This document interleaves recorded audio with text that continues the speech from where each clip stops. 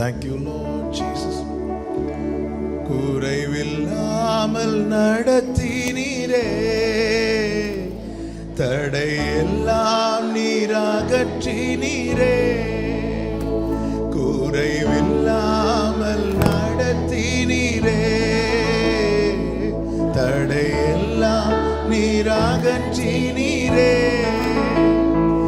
என்னை தாழ்த்தி உம்மை உயர்த்திடுவே, என் வாழ்வின் நாயகன் நீரே. நன்றியோடு நல்ல தேவா, நன்மைகள் எல்லாம் நினைக்கும் அமே. நல்லவரே உம்மை உள்ளத்திலிருந்து நன்றியோடு நல்ல தேவா, நன்மைகள் எல்லாம்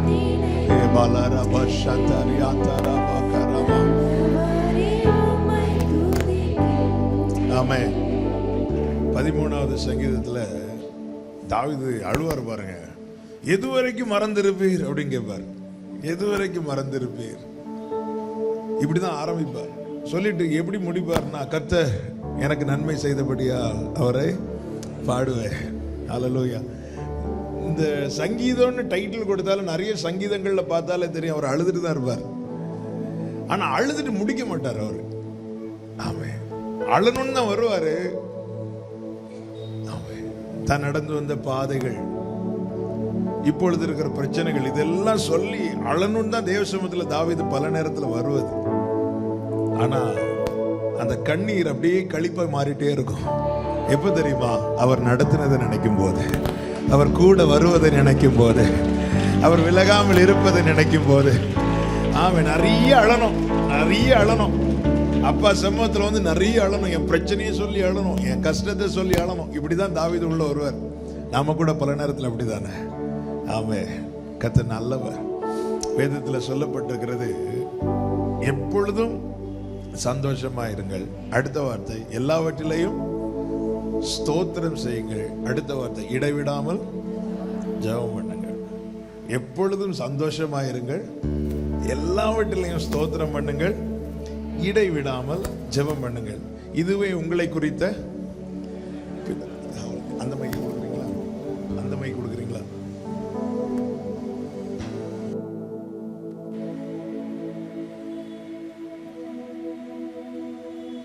ஜீசஸ் ஜீசஸ்.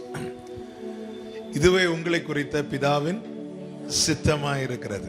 எப்பொழுதும் சந்தோஷமாயிருங்கள், எல்லா வெற்றிலையும் ஸ்தோத்திரம் செய்யுங்கள், இடைவிடாமல் ஜெபம் பண்ணுங்கள். இது சாத்தியமாகுமா? இது சாத்தியமாகும். எப்படி தெரியுமா? நம்ம அந்த ஆர்டரை கீழே இருந்து ஃபாலோ பண்ணா போதும். ஆண்டவர் பல நேரத்தில் அவருடைய ஆர்டர்ல எழுதுவார்.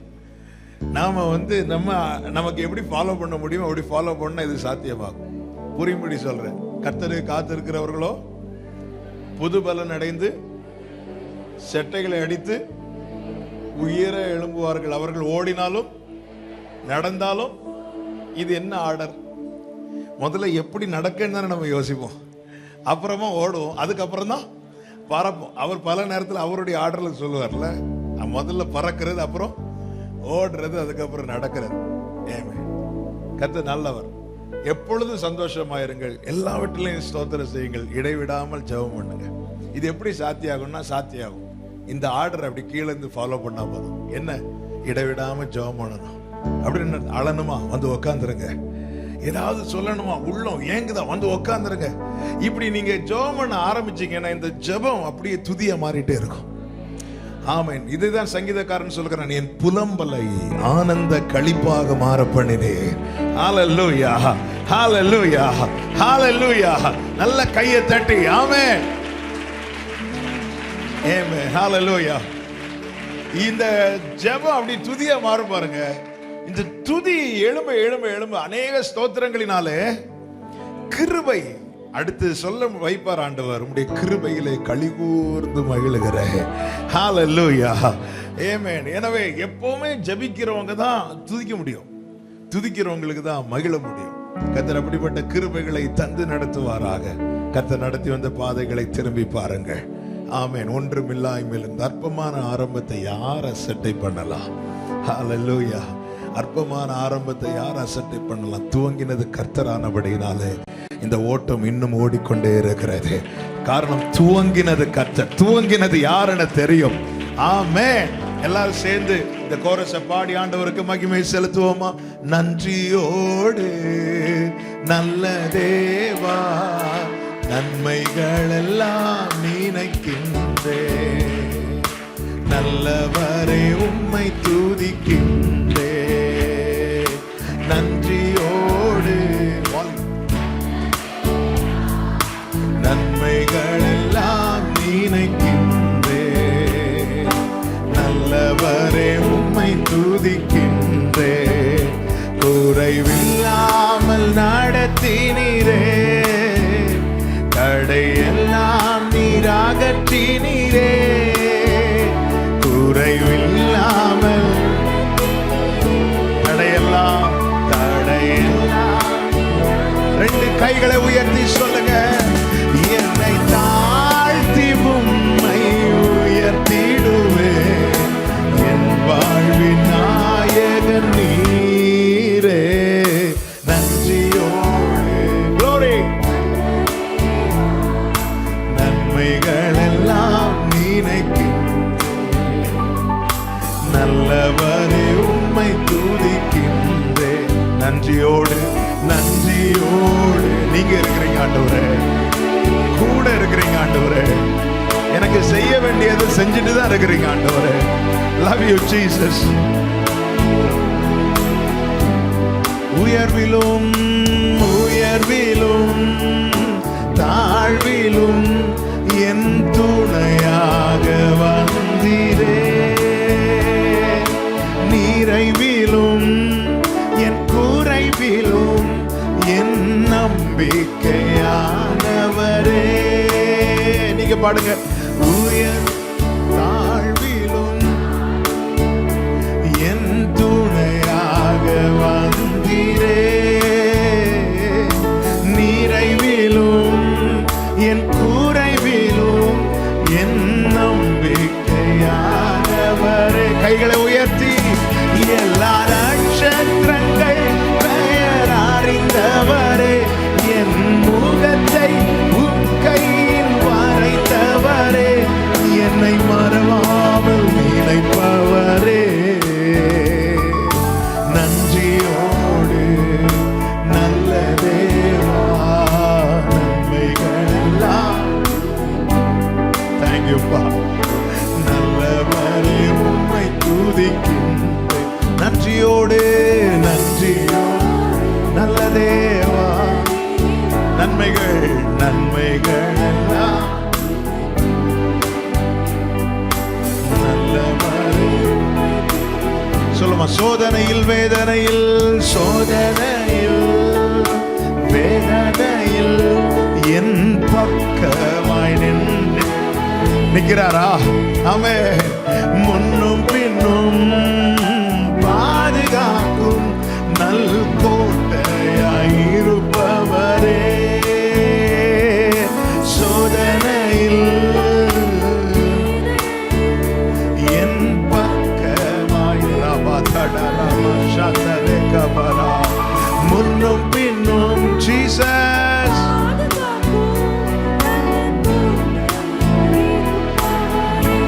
ஓ எல்லா வியாதி பலவீன நேரங்களில் உன் பரிகாரி நான் என்று சொன்னவரே, எனக்குள் ஜீவன் தந்தவர். நன்றியோடு நல்ல தேவா, நன்மைகள் எல்லாம் நல்லவரே உம்மை துதிக்கின்றேன். நன்றியோடு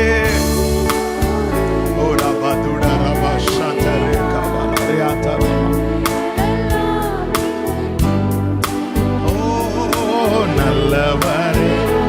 எத்தனை பேர் சாட்சியா சொல்லுவீங்க? குறைவில்லாமல் குறைவில்லாமல் நடத்தினீரே, தடையெல்லாம் ஆமென். குறைவில்லாமல். எனக்கு ஒரு குறை இல்லை ஆண்டவரே, நீங்க இருக்கிறீங்க ஆண்டவரே. என்னை தாழ்த்தி உம்மை உயர்த்திடுவேன். என் வாழ்வின் நாயகன் நீரே, நன்றியோடு நன்மைகளெல்லாம் நினைக்கின்றேன். நல்லவரே உம்மை துதிக்கின்றேன் நன்றியோடு. ஹல்லேலூயா. நன்றி தகப்பனே, உமக்கு ஸ்தோத்திரம். உள்ளத்திலிருந்து எல்லாரும் ஆண்டவருக்கு ஸ்தோத்திரங்களை செலுத்துங்க பார்க்கலாம். ஆண்டவர், நீங்க நடத்துறீங்க ஆண்டவரே, நீங்க நடத்துறீங்க ஆண்டவரே. எனக்கு தேவையானதெல்லாம் நீங்க தந்துட்டு தான் இருக்கிறீங்க ஆண்டவரே. எனக்கு வேண்டியதெல்லாம் நீங்க கூட இருந்து செஞ்சுட்டு தான் இருக்கிறீங்க ஆண்டவரே. நீர் உண்மை உள்ளவராய் இருக்கிறீர், நீர் நன்மை செய்கிறவராய் இருக்கிறீர். நன்மை செய்ய சுற்றி திரிந்தவர் என் பக்கத்துல வந்தீரே ஆண்டவரே. ஹல்லேலூயா, ஹல்லேலூயா. ராஜா உமக்கு நன்றி, இயேசுவே உமக்கு நன்றி. உள்ளம் நன்றியால் நிரம்பட்டும், உதடு அதை வெளிப்படுத்தட்டும். உள்ளம் நன்றியால் நிரம்பட்டும், உதடு அதை வெளிப்படுத்தட்டும். இயேசுப்பா உமக்கு நன்றின்னு சொல்லுங்க. நன்றி அப்ப, என்னை நடத்துறீங்க ஆண்டவரே, எனக்கு அது போதும் ஆண்டவரே. என்னை நடத்துறீங்க நீங்க, அது போதும் ஆண்டவரே. ஹல்லேலூயா. நிறைவோடு துதிங்க பார்க்கலாம். நீங்க என்ன நடத்துறீங்க, எனக்கு அது போதும். இப்படி சொல்லி சொல்லி துதிங்க பார்க்கலாம். ஹல்லேலூயா. நீர் என்னை தனியே விடல. நீங்க தனியே விட்டிருந்தா நான் அந்த செகண்டே காணாமல் போயிருந்திருப்பேன். அந்த செகண்ட் நான் இல்லாம போயிருந்திருப்பேன். எத்தனையோ பேர் கூட வருவார்கள் என்று நினைத்த எத்தனையோ பேர் விலகின போது விலகாத நேசர் நீர் எங்களோடு இருக்கிற தயவுக்காக கமா நல்ல கைகளை தட்டி ஆண்டவருக்கு நன்றி.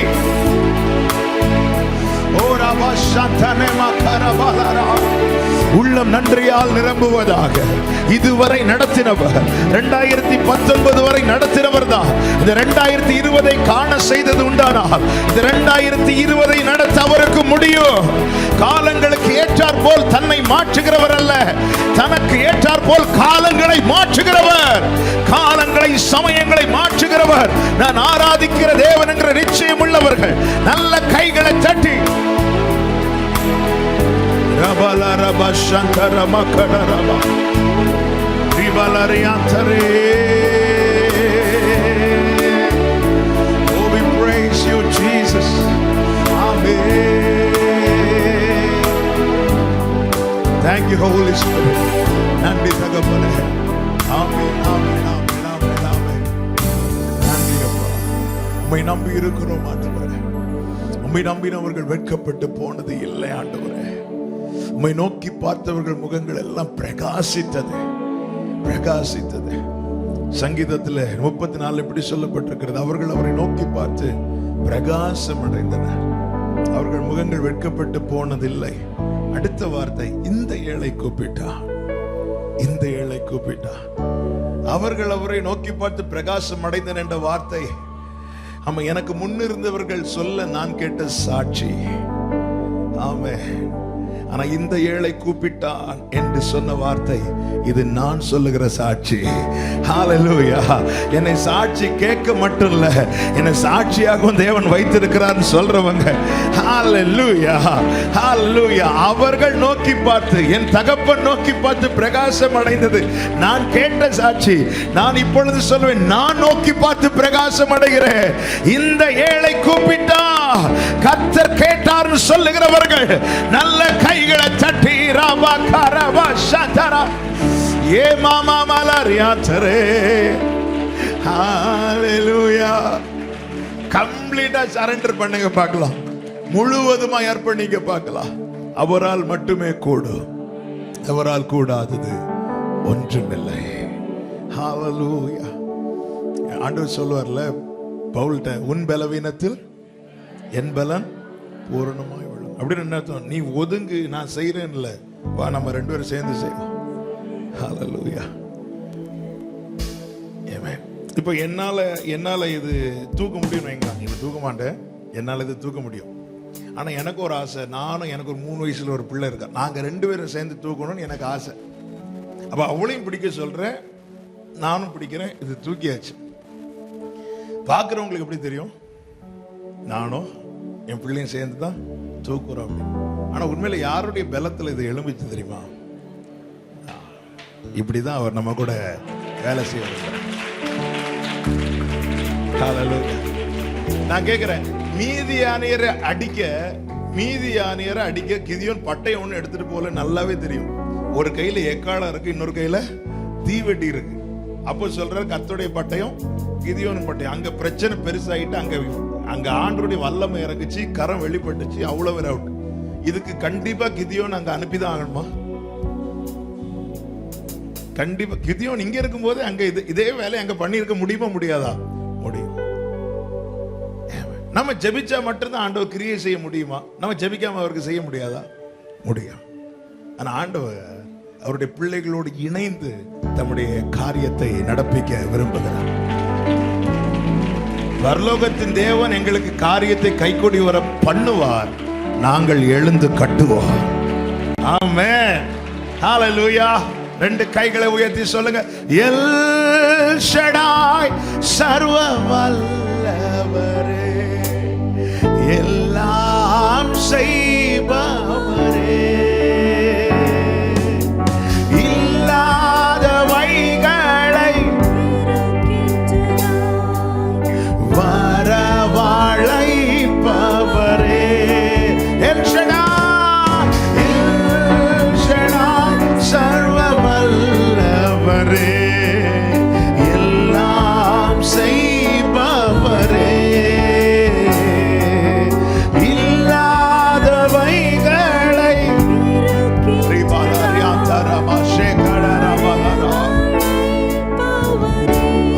ஆபிரகாமுக்கு செய்தவர், ஆபிரகாமுக்கு செய்தவர் எனக்கும் செய்ய. எத்தனை பேர் நம்புறீங்க? உங்க வலது கரத்தை உயர்த்தி இந்த வார்த்தையை சொல்லுங்க, ஆபிரகாமுக்கு செய்தவர் எனக்கும். நீங்க பாடுங்க, என்னால் ஒன்றும் கூடாதென்று, என்னால் ஒன்றும் கூடாதென்று என்னை நான் தந்து விட்டேன், உம்மால் எல்லாம் கூடும் என்று உம்மை நான் நம்பியுள்ளேன். என்னால் ஒன்றும், என்னால் ஒன்று. ஆண்டவரே, உங்களுக்கு தெரியும்பா என்னால எது முடியாதுன்னு. முற்றிலும் தருகிறேன் ஆண்டவரே, முழுவதுமாய் தருகிறேன் ஆண்டவரே. உம்மால் எல்லாம் ஜீசஸ், உம்மை நான் ஏகோவாயிரே, ஏகோவாயிரே எல்லாம் பார்த்து கொள்வார், தேவையை நிறைவாக்குவார்,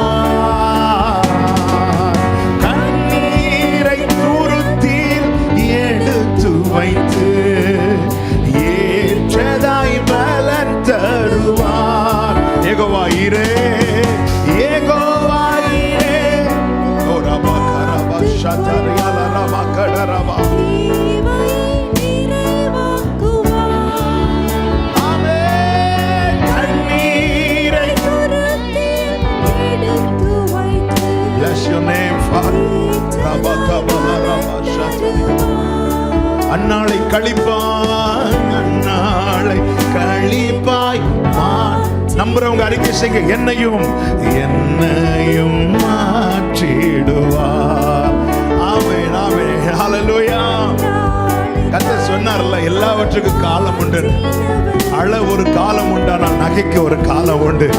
கர்த்தர் நிச்சயம் செய்வார். ஹல்லேலூயா. எல்ரோயி, எல்ரோயி என்னை காண்பவரே, என் கண்ணீர் துடைப்பவரே,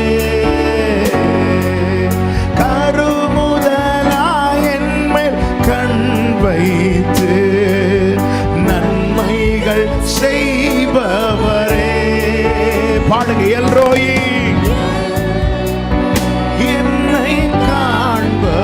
கண்ணீர் துடைப்பவரே,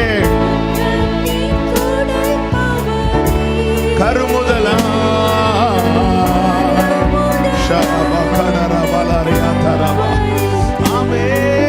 நன்மைகள் செய்பவரே, ஆகாரின் கண்ணீரை மாற்றினவர் என் கண்ணீர் மாற்றிடுவார். ஆகாரின் கண்ணீரை மாற்றினவர்,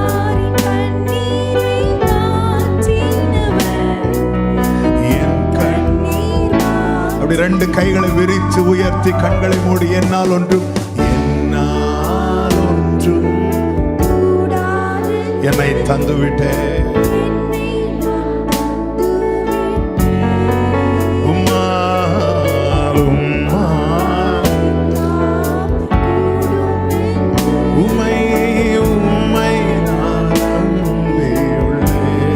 என்னால் ஒன்றும் கூடாதென்று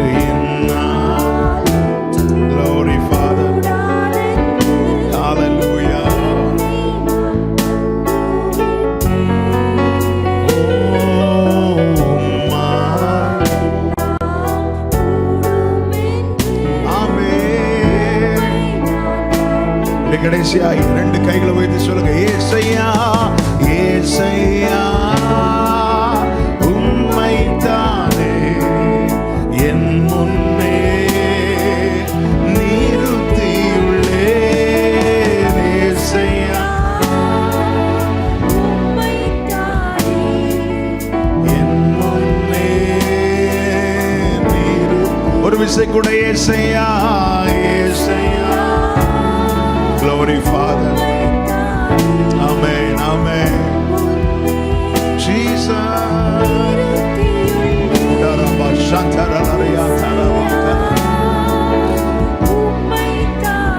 Lord Jesus, Amen. நல்ல கைகளை தட்டி ஆண்டவருக்கு மகிமை முழு பலத்தோடு. Yes, Amen, Amen, Hallelujah. அப்படி உட்கார்ந்து கொள்வோம் ஆண்டவர் சமூகத்தில். ஆண்டவர் நல்லவர், ஆண்டவருடைய பிரசன்னத்துக்காய் ஆண்டவருக்கு கோடி ஸ்தோத்திரம். ஒரு வசனத்தை எடுத்து நம்ம கொஞ்ச நேரம் தியானிக்க போகிறோம். எபிரேயர் 10வது அதிகாரம், எபிரேயர் 10வது அதிகாரம் அதனுடைய 23வது வசனத்தை ஒருத்தங்க வாசிக்கலாம். அல்லாமலும் நம்முடைய நம்பிக்கையை அறிக்கையிடுகிறதில் அசைவில்லாமல் உறுதியா இருக்க கடவோம்.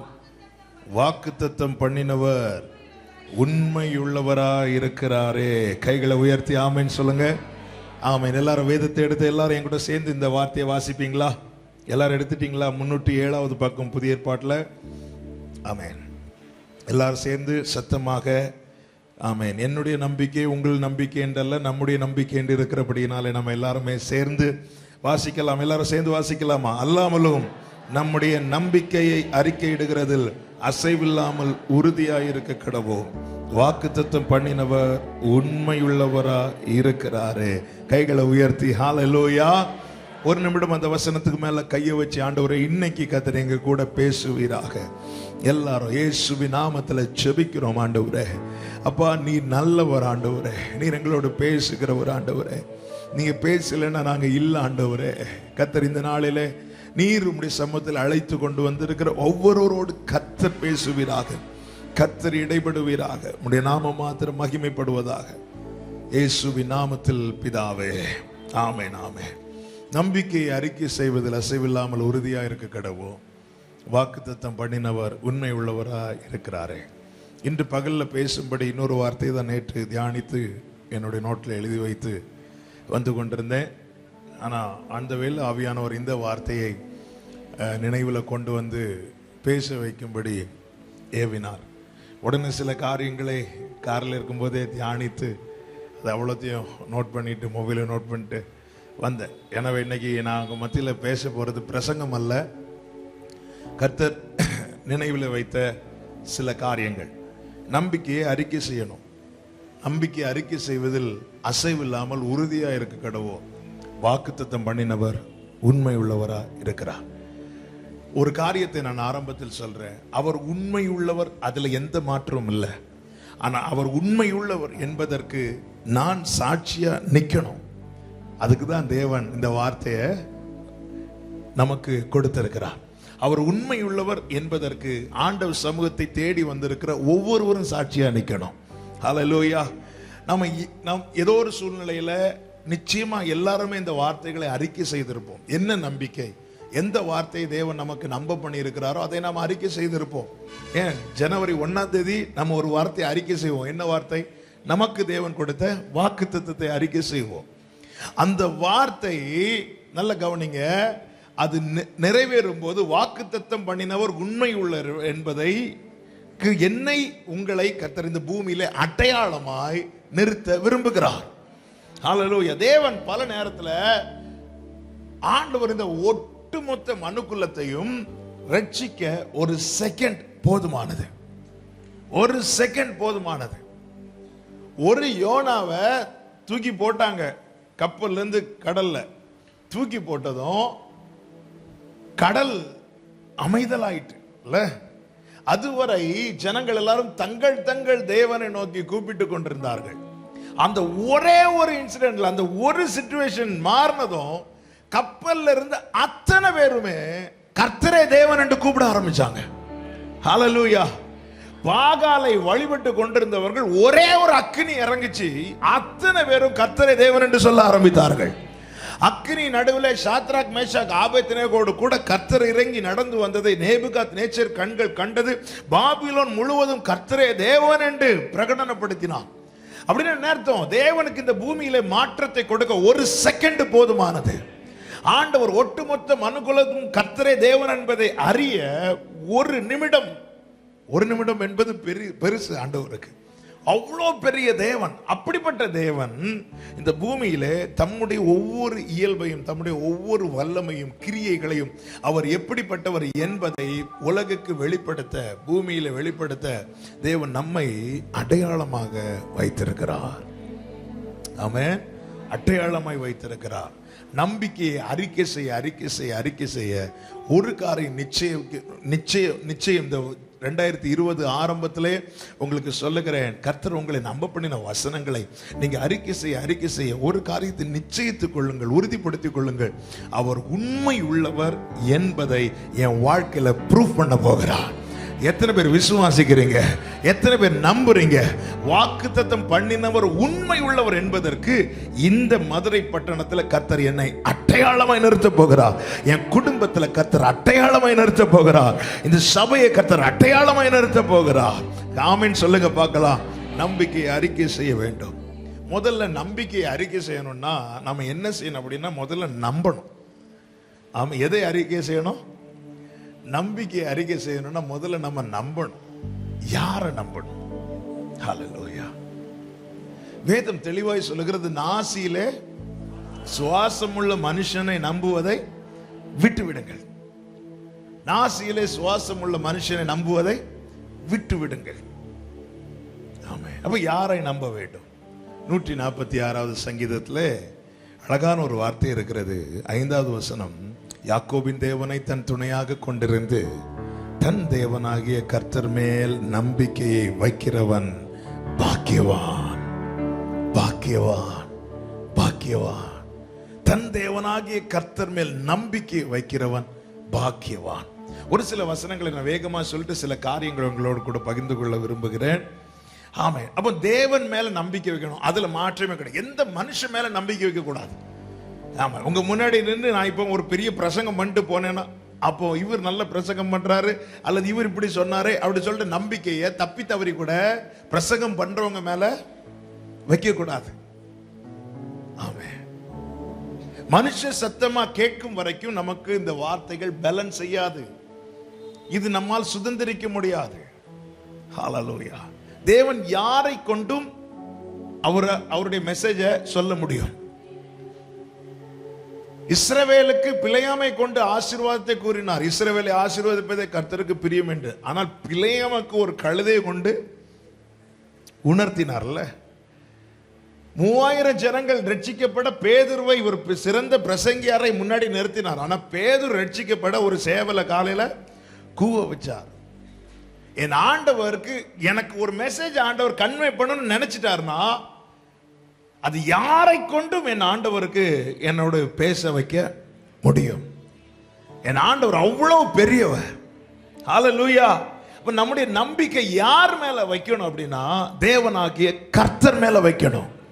கர்த்தர் மேல வைக்கணும் சொல்றதை விட இப்படி கர்த்தர் மேல மட்டும்தான் வைக்கணும். பைபிள் சொல்லுகிறது அவன் பாக்கியவான், அவன் பாக்கியவான்.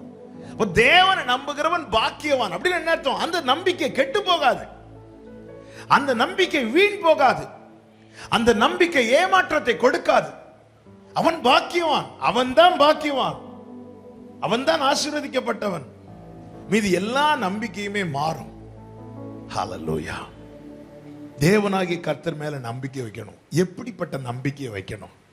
ஆபிரகாம் வைத்தான் பாருங்க. ரோமர் 4:21 தேவன் வாக்குத்தத்தம் பண்ணினதை நிறைவேற்ற வல்லவராய் இருக்கிறார் என்று முழு நிச்சயமாய் நம்பி. எப்படிப்பட்ட நம்பிக்கை வைக்கணும்? எப்படிப்பட்ட நம்பிக்கை? இந்த வாக்குத்தத்தம் பண்ணினதை நிறைவேற்ற வல்லவர். இப்ப கேளுங்க, நான் இன்னைக்கு கிளம்பி வரும்போது இதை நான் கொஞ்சம் யோசித்தேன். எப்படி யோசித்தேன்னா, அவர் வல்லவர். ஆபிரகாமுக்கு தம்மை எப்படி வெளிப்படுத்துகிறார்? எல் ஷடாய், நான் சர்வ வல்லமை உள்ள தேவன். ஆபிரகாம் அதை விசுவாசித்தான். எப்படி விசுவாசித்தான்னா, அவர் எல்லாம் செய்ய வல்லவர் உண்மைதான். நான் கேட்டதெல்லாம் அவர் செய்வாரா? அது கிடையாது. ஆனா அவர் எனக்கு சொன்னது எல்லாம் செய்வார். இது நம்முடைய நம்பிக்கை பல நேரத்தில் ஷேக் ஆறதுக்கு ரீசன் என்ன தெரியுமா? நான் கேட்கறதெல்லாம் அவர் செய்யணும். ஹல்லேலூயா. நான் கேட்கறதெல்லாம் அவர் செய்யணும். இப்படி நம்ம நினைச்சுதான் பல நேரத்தில் தேவ சமூகத்தில் இருக்கிறோம். இல்ல, தேவன் நான் கேட்டவைகளை எல்லாம் செய்ய வல்லவர் என்று முழு நிச்சயமாய் நம்பி என்றல்ல, வாக்குத்தத்தம் பண்ணினதை நிறைவேற்ற வல்லவராய் இருக்கிறார் என்று முழு நிச்சயமாய் நம்பி. எப்படி நம்பணும் அப்படின்னா, அதாவது விருதாவா என்னை தேடுங்கள் என்று கர்த்தர் யார்கிட்டையும் சொன்னது கிடையாது. விருதாவா என்னை தேடுங்கள் ஆண்டவர் சொன்னதே கிடையாது. தம்மிடத்தில் வருகிறவனை வெறுமையாய் அனுப்பினது கிடையாது. ஏன்னா இங்க இருந்து போயிடுவாங்க, வழியில நாம எப்படி இருப்போம், சோர்ந்து போவோமா தளர்ந்து போவோமா என்பது சீஷர்களுக்கு தெரியாது, ஆனா இயேசுவுக்கு தெரியும். எனவேதான் சீஷர்கள் அனுப்பிவிட்டா போதும், வெளியே போனா போதும், அதுக்கப்புறம் என்ன ஆனா என்ன, இப்படிங்கிற மென்டாலிட்டியில இருக்கும்போது இயேசு சொன்னார், இங்கிருந்து போயிடுவாங்கப்பா, ஆனா வீட்டுக்கு போறதுக்கு முன்னாடி வழியிலே சோர்ந்து போயிடுவாங்க.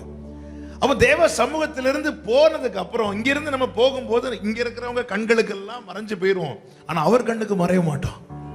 நம்ம ஆராதிக்கிற தேவன் கூடி வரும்போது வருகிறவர் மட்டுமல்ல, நம்மோடு கூடவே வருகிறவர். ஹல்லேலூயா. கூடி வரும்போது வந்துட்டு ஆமீன் போட்டதும் திரும்பி போறவர் கிடையாது, நம்மோடு கூடவே வருகிறவர். எங்கெல்லாம் கூட வருவார்? நீ தண்ணீரை கடக்கும் போது நான் கூட வருவேன். ஆமே, நீ அக்னியில் நடக்கும் போது நான் கூட வருவேன். கூடவே வருகிறவர். அப்ப வெறுமையை அனுப்ப மாட்டார். அப்ப எதை தந்து அனுப்புவார்? வார்த்தை தருவார். என்னோடு கர்த்தர் பேசின வார்த்தை என்னை அந்த நிமிடத்துக்கு ஆறுதல் படுத்துவதற்காய் பேசின வார்த்தை அல்ல. எல்கானா அண்ணாளோடு பேசின வார்த்தை அந்த நிமிடத்துக்கு ஆறுதலுக்காய் பேசினது.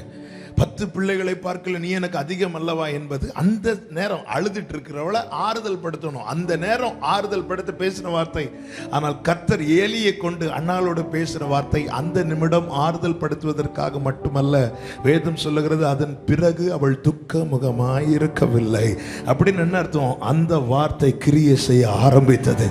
என்னோடு கர்த்தர் பேசின வார்த்தையை நிறைவேற்ற வல்லவர். ஆமென். ஹல்லேலூயா. எத்தனை பேர் நம்புறீங்க? ஆண்டவர் பேசுகிறவர். அவர் பேசிட்டார்னா அதை செய்வார். சாமுவேலோடு பேசின வார்த்தைகளில் ஒன்று கூட தரையில் விழுந்து போக விடவில்லை. நான் அதை போன 2019 செப்டம்பர் மாதம் திருப்பூர்ல ஒரு மீட்டிங் போயிருந்தேன். காலையில இருந்து ஜெபித்து கொண்டிருந்த போது ஆவியான ஒரு அதிகமாய் இடைப்பட்ட வார்த்தை என்ன அப்படின்னா, காரியம் என்ன அப்படின்னா, உன்கிட்ட பேசினது உன்கிட்ட நான் பேசினேன் நிச்சயம் உள்ள வார்த்தைகள் எல்லாம் நீ எழுது அப்படின்னா. நான் உடனே இருந்து நோட் பண்ணேன். நோட் பண்ணிட்டோம். வீட்டில் போய் இன்னொரு டைரி வாங்கி எழுதணும் அப்படின்னு சொல்லி டிசைட் பண்ணிட்டு, அப்போ நான் ஆல்ரெடி மெசேஜ் எடுத்து டைரி மட்டும் வச்சதுனால அதில் எழுதலை, எல்லாத்தையும் மொபைலில் நோட் பண்ணிட்டு வீட்டில் போய் எழுதணும் அப்படின்னு.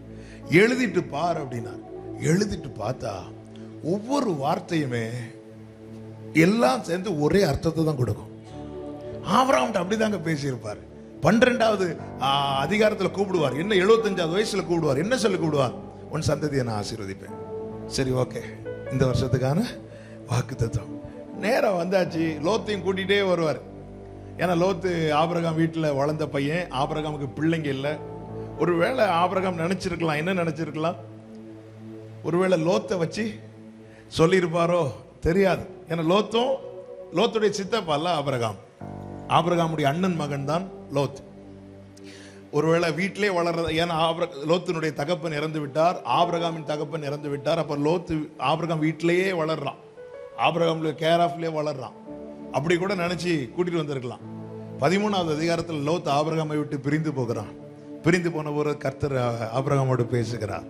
என்ன சொல்றார், இந்த கடற்கரை மணலை பாரு. பார்த்தேன் ஆண்டவர், இப்படி உன் சந்ததி இருக்கும்.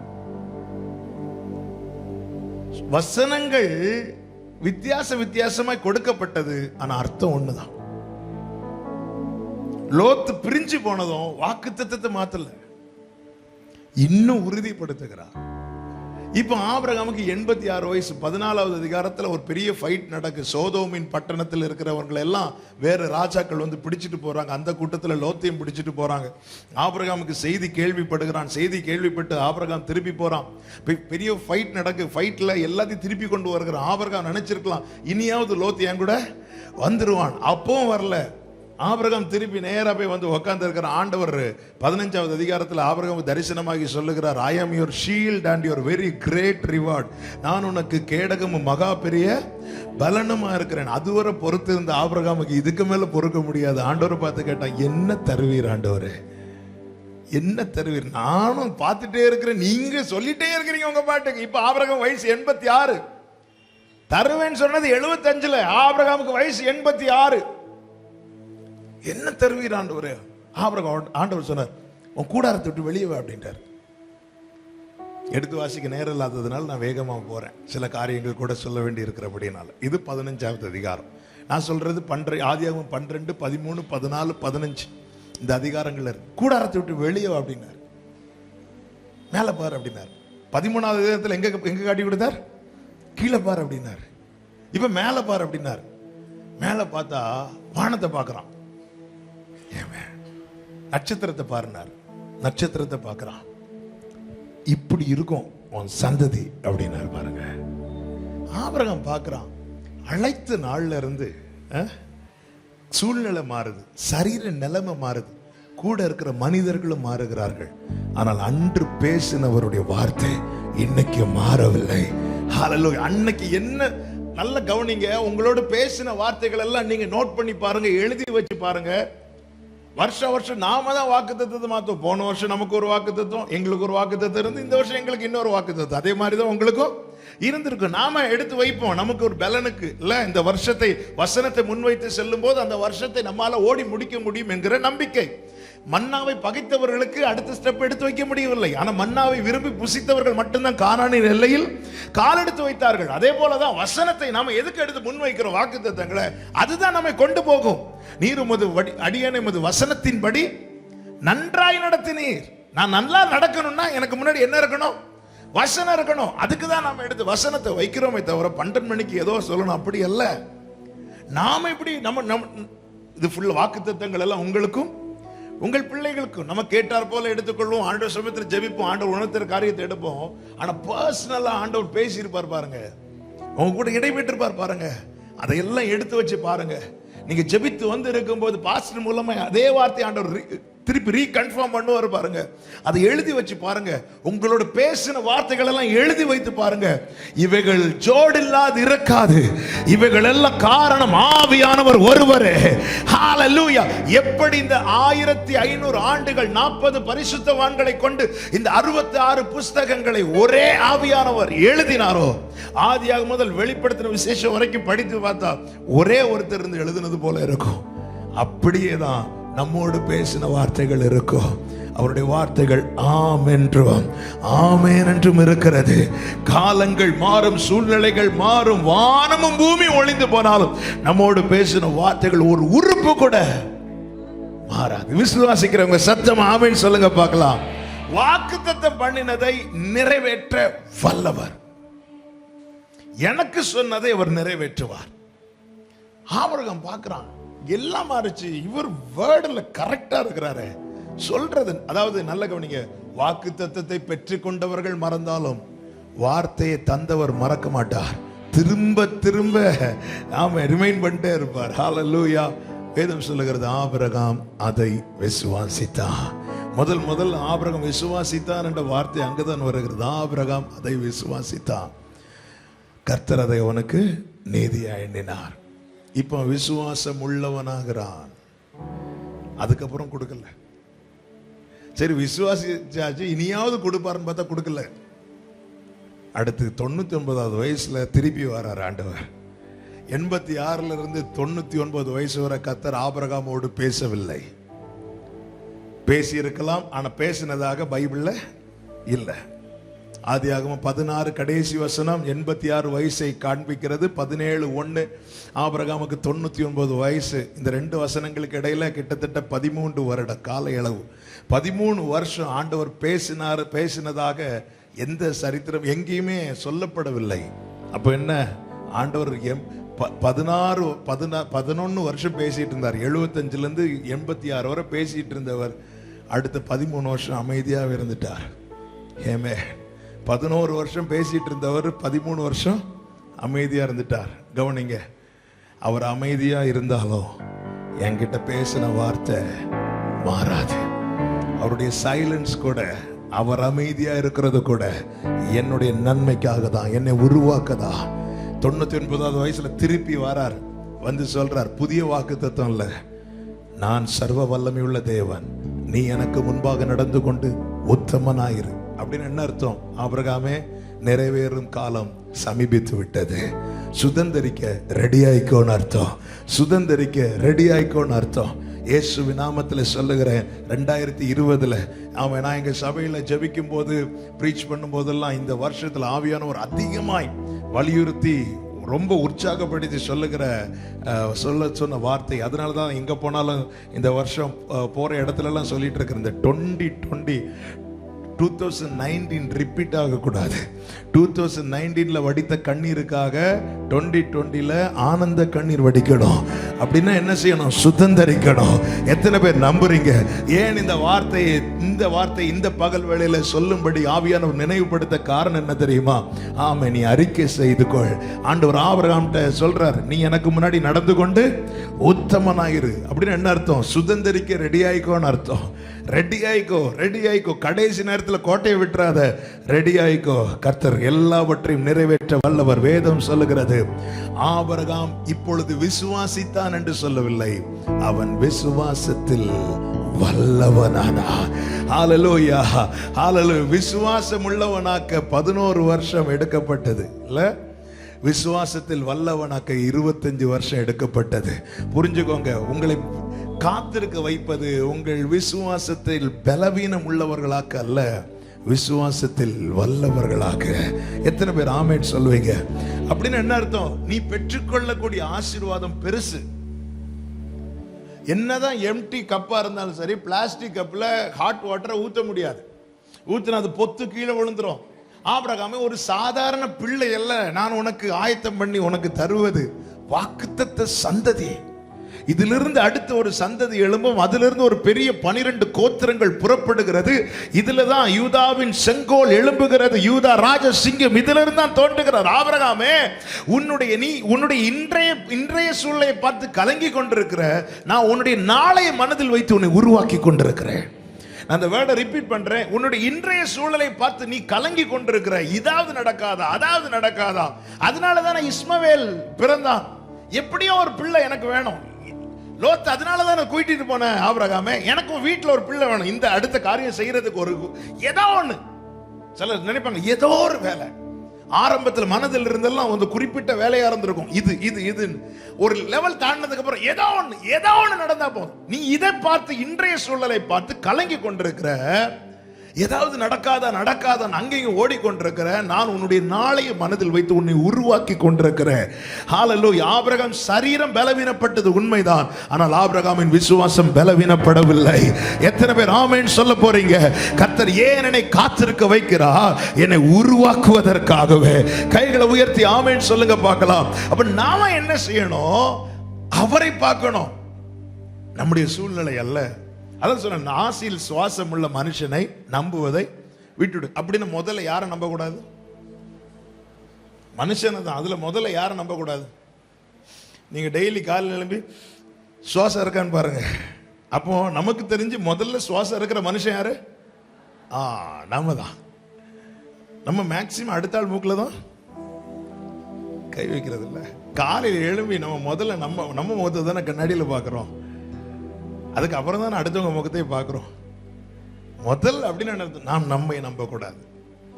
ஆபிரகாம் தன் சரீரம் செத்து போனதை எண்ணாதிருந்தான் அப்படின்னு என்ன அர்த்தம்? அவன் தன்னை நம்பவில்லை. நம்முடைய பலம், நம்முடைய ஞானம், கர்த்தர் தர்றதை வாங்கிக்கணும், கர்த்தர் தர்றது எல்லாம் ஒரு நன்மைக்காக. ஆனா நம்முடைய நம்பிக்கையை அதன் மேல வச்சிட்டோம் அப்படின்னாலே, அது இல்லாம போயிட்டுன்னா ரொம்ப கஷ்டமாயிரும். பாருங்க, ஒரு ஆமணக்கு செடியை வளர விட்டார் பாருங்க. ஆமணக்கு செடி வளர்ந்த போது பைபிள் சொல்லுது, யோனா எதன் மேல சந்தோஷமா இருந்தானா?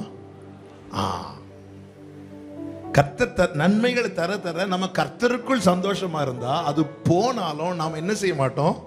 கலங்க மாட்டோம். அத்திமரம் துளிர் விடாமல் போனாலும், திராட்சை செடி பலன் கொடாமல் போனாலும், நான் கர்த்தருக்குள் நாம் எல்லாரும் மகிழ்ச்சியா இருப்போம். ஏன்னா நம்ம வீட்டில் அத்திமரம் கிடையாது, திராட்சை செடி கிடையாது. எனக்கு இந்த மாச சம்பளம் கிடைக்காமல் போனாலும் ஆமேனே காணல. நம்ம ஃபுல் அத்திமரம். நம்ம வீட்டில் அத்திமரத்தை நம்ம பார்த்ததே கிடையாது. அதனால அத்திமரம் துளிர் விடாம போனா எனக்கு என்ன பிரச்சனை? நான் கர்த்தருக்குள். அப்படின்னு என்ன அர்த்தம்? என்னுடைய மகிழ்ச்சியை தீர்மானிப்பது இந்த அத்திமரம் அல்ல. என்னுடைய மகிழ்ச்சியை தீர்மானிப்பது இந்த வேலை அல்ல. என்னுடைய மகிழ்ச்சியை தீர்மானிப்பது என்னுடைய பலன் அல்ல. ஹல்லேலூயா. அத்திமரம் துளிர் விடாம போனாலும் நான் ஒருவரில் மகிழ்ச்சியா இருக்கிறேனே, நம்பிக்கையா இருக்கிறேனே, அவர் என் கால்களை மான் கால்களை போல் ஆக்கி என்னை உயர்ந்த ஸ்தலங்களில் அப்படின்னு நான் வாழ்வதும் நான் உயர்ந்திருப்பதும் இந்த அத்திமரம் பலன் கொடுப்பதினால் அல்ல, இந்த திராட்சை செடி பலன் கொடுப்பதினால் அல்ல. இந்த நம்பிக்கையை அறிக்கை செய்யணும். எப்படிப்பட்ட நம்பிக்கை வைக்கணும் ஆண்டவர் மேல? ஆபிரகாம் இதான் வைத்தான், வாக்குத்தத்தம் பண்ணினதை நிறைவேற்ற வல்லவர். இது சொன்னதுனால ஒரு காரியம் கூட சொல்றேன். ஆபிரகாமுக்கு இப்ப 99 வயசாச்சு பாருங்க. அப்போ கேராரூருக்கு போவார். அங்க போய் ஒய்ஃபை சகோதரின்னு சொல்லுவான், பயந்து அங்க தெரிய வந்து திருப்பி ஆபிரகாம் வந்து ஆண்டவர் அபிமெலேக்குக்கு சொப்பனத்துல வான் பண்ணா ஒரு தீர்க்கதரிசின்னு சொல்லிடுவார். ஆபிரகாமுக்கு இது தெரியவே தெரியாது, தான் ஒரு தீர்க்கதரிசி. ஹல்லேலூயா. ஆண்டவர் எங்கேயுமே நம்ம விட்டு கொடுக்கவே மாட்டார். ஒரு ஆமென் சொல்லுங்க பார்க்கலாம். நம்மை மேன்மைப்படுத்தி நம்ம இப்படி பார்க்கிற ஒரே ஒரு, அதாவது நான் அடிக்கடி சொல்லுவேன், நம்முடைய உயர்வுல நாம வாழ்ந்திருப்பதுல கொஞ்சம் கூட பொறாமைப்படாத ஒரே ஒருத்தர் தான் உண்டு, நம்ம ஆண்டவராக இயேசு மட்டும்தான். கையை தட்டி அப்பாவுக்கு மகிமை செலுத்துங்க பார்க்கலாம். இவன் ஒரு தீர்க்கதரிசினார். ஆமா, ஆபிரகாம்கிட்ட கேட்ட ஆபிரகாம் எனக்கு தெரியாது, வேற ஏதாவது ஆபிரகாமா இருக்கும்னு சொல்லியிருப்பார். கர்த்தர் எவ்வளவு நல்லவர் பாருங்க. நல்ல கவனிங்க. இப்போ ஆபிரகாம் என்ன செய்கிறான்? அந்த வீட்டில் யாருக்குமே குழந்தைகள் இல்லை. இப்போ ஆபிரகாம் தீர்க்கதரிசினால அபிமெலேக்கு சொல்றேன், எங்களுக்காக நீங்க என்ன பண்ணுங்க? பிரேயர் பண்ணுங்க. இது எப்படி இருக்கும் ஆபிரகாமுக்கு? பைபிள் சொல்லுது, ஆபிரகாம் ஜெபித்தான். ஜெபித்ததும் கர்த்தர் என்ன செய்தார்?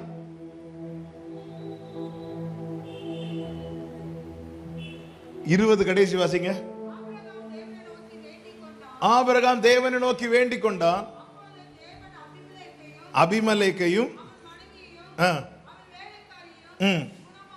குணமாக்கி அனுக்கிரகம் பண்ணினார். எப்ப அனுக்கிரகம் பண்ணினார்? ஆபிரகாம் வேண்டிக் கொண்டான். அதாவது நாம ஃபெயில் ஆனா கூட நம்ம வருத்தப்பட மாட்டோம். பக்கத்தில் இருக்கிறவங்க பாஸ் ஆயிட்டானா, அதுவும் நம்மை பார்த்து எழுதி நம்ம ஃபெயில் ஆயிட்டோம், நம்ம பார்த்து எழுதி அவன் பாஸ் ஆயிட்டானா, நம்ம உடனே எப்படியாவது இன்டைரக்டாவது சொல்லிடுவோம்ல, மேடம் அவன் என்ன பார்த்து எழுதுனா மேடம். இங்கே ஆபிரகாம் 24 வருஷம் ஜெபம் பண்ணிட்டு இருக்கிறான். அவனுக்கு ஒரு பிள்ளைக்காக கர்த்தர் கேட்கவே இல்லை. ஆனா ஆபிரகாம் இன்னொருத்தனுக்காக ஒரே ஒரு ஜெபம் பண்ணான், ஒரே ஒரு பிரேயர் தான். ஆண்டவரே, பல நேரத்தில் நம்ம கூட தளர்ந்து போறது இப்படிதான். ஆண்டவரே, நான் இத்தனை வருஷம் இங்க வந்துட்டு இருக்கிறேன், ஏன் கூட கேட்க மாட்டேங்கிறீங்க. இயேசுன்னா யாருன்னே தெரியாதவங்க வராங்க, பாஸ்டர் சொல்லி கொடுக்க ஜெபத்தை அப்படியே சொல்றாங்க. பாஸ்டர் வர என்கிட்ட நீ போய் அவங்களுக்காக ஜெபம் பண்ணு சொல்றாங்க, நானும் போய் அவங்களுக்காக ஜெபம் பண்றேன், கிடைச்சிட்டே ஆண்டவரே அவங்களுக்கு. நல்ல கவனமா கேளுங்க. அபிமெலேக்குக்கு கேட்டதும் கொடுக்க காரணம் என்ன? அவரால் செய்ய முடியும். ஆபிரகாமுக்கு கேட்டதும் கொடுக்காத காரணம் என்ன? அபிமெலேக்குக்கும் ஆபிரகாமுக்கும் வித்தியாசம் உண்டு. தேவன் உங்களை தெரிந்தெடுத்தது அபிமெலேக்கின் சந்ததியாய் அல்ல, ஆபிரகாமின் சந்ததியாய். அபிமெலேக்குக்கு மேல வாக்குத்தத்தம் கிடையாது, அபிமெலேக்குக்கு மேல வாக்குத்தத்தம் கிடையாது. எனவே ஆபிரகாம் கேட்டபடி கர்த்தர் கொடுத்தார். ஆனா ஆபிரகாமே, நீ கேட்டபடி நான் உனக்கு தர மாட்டேன். ஏன்னா உன்னை நான் அழைக்கும் போது உன் மேல என் வாக்குத்தத்தத்தை வைத்துதான் அழைத்திருக்கிறேன். எனவே தான் 21:1 வாசிங்க, 21:1 வாசிங்க. கர்த்தர் தாம் சொல்லி இருந்தபடி சாராள் பேரில் கடாட்சமானார். கர்த்தர் தாம் உரைத்தபடியே சாராள் கைகளை உயர்த்தி ஆமென் சொல்லுங்க பார்க்கலாம். அபிமெலேக்குக்கு எப்படி செய்தார்?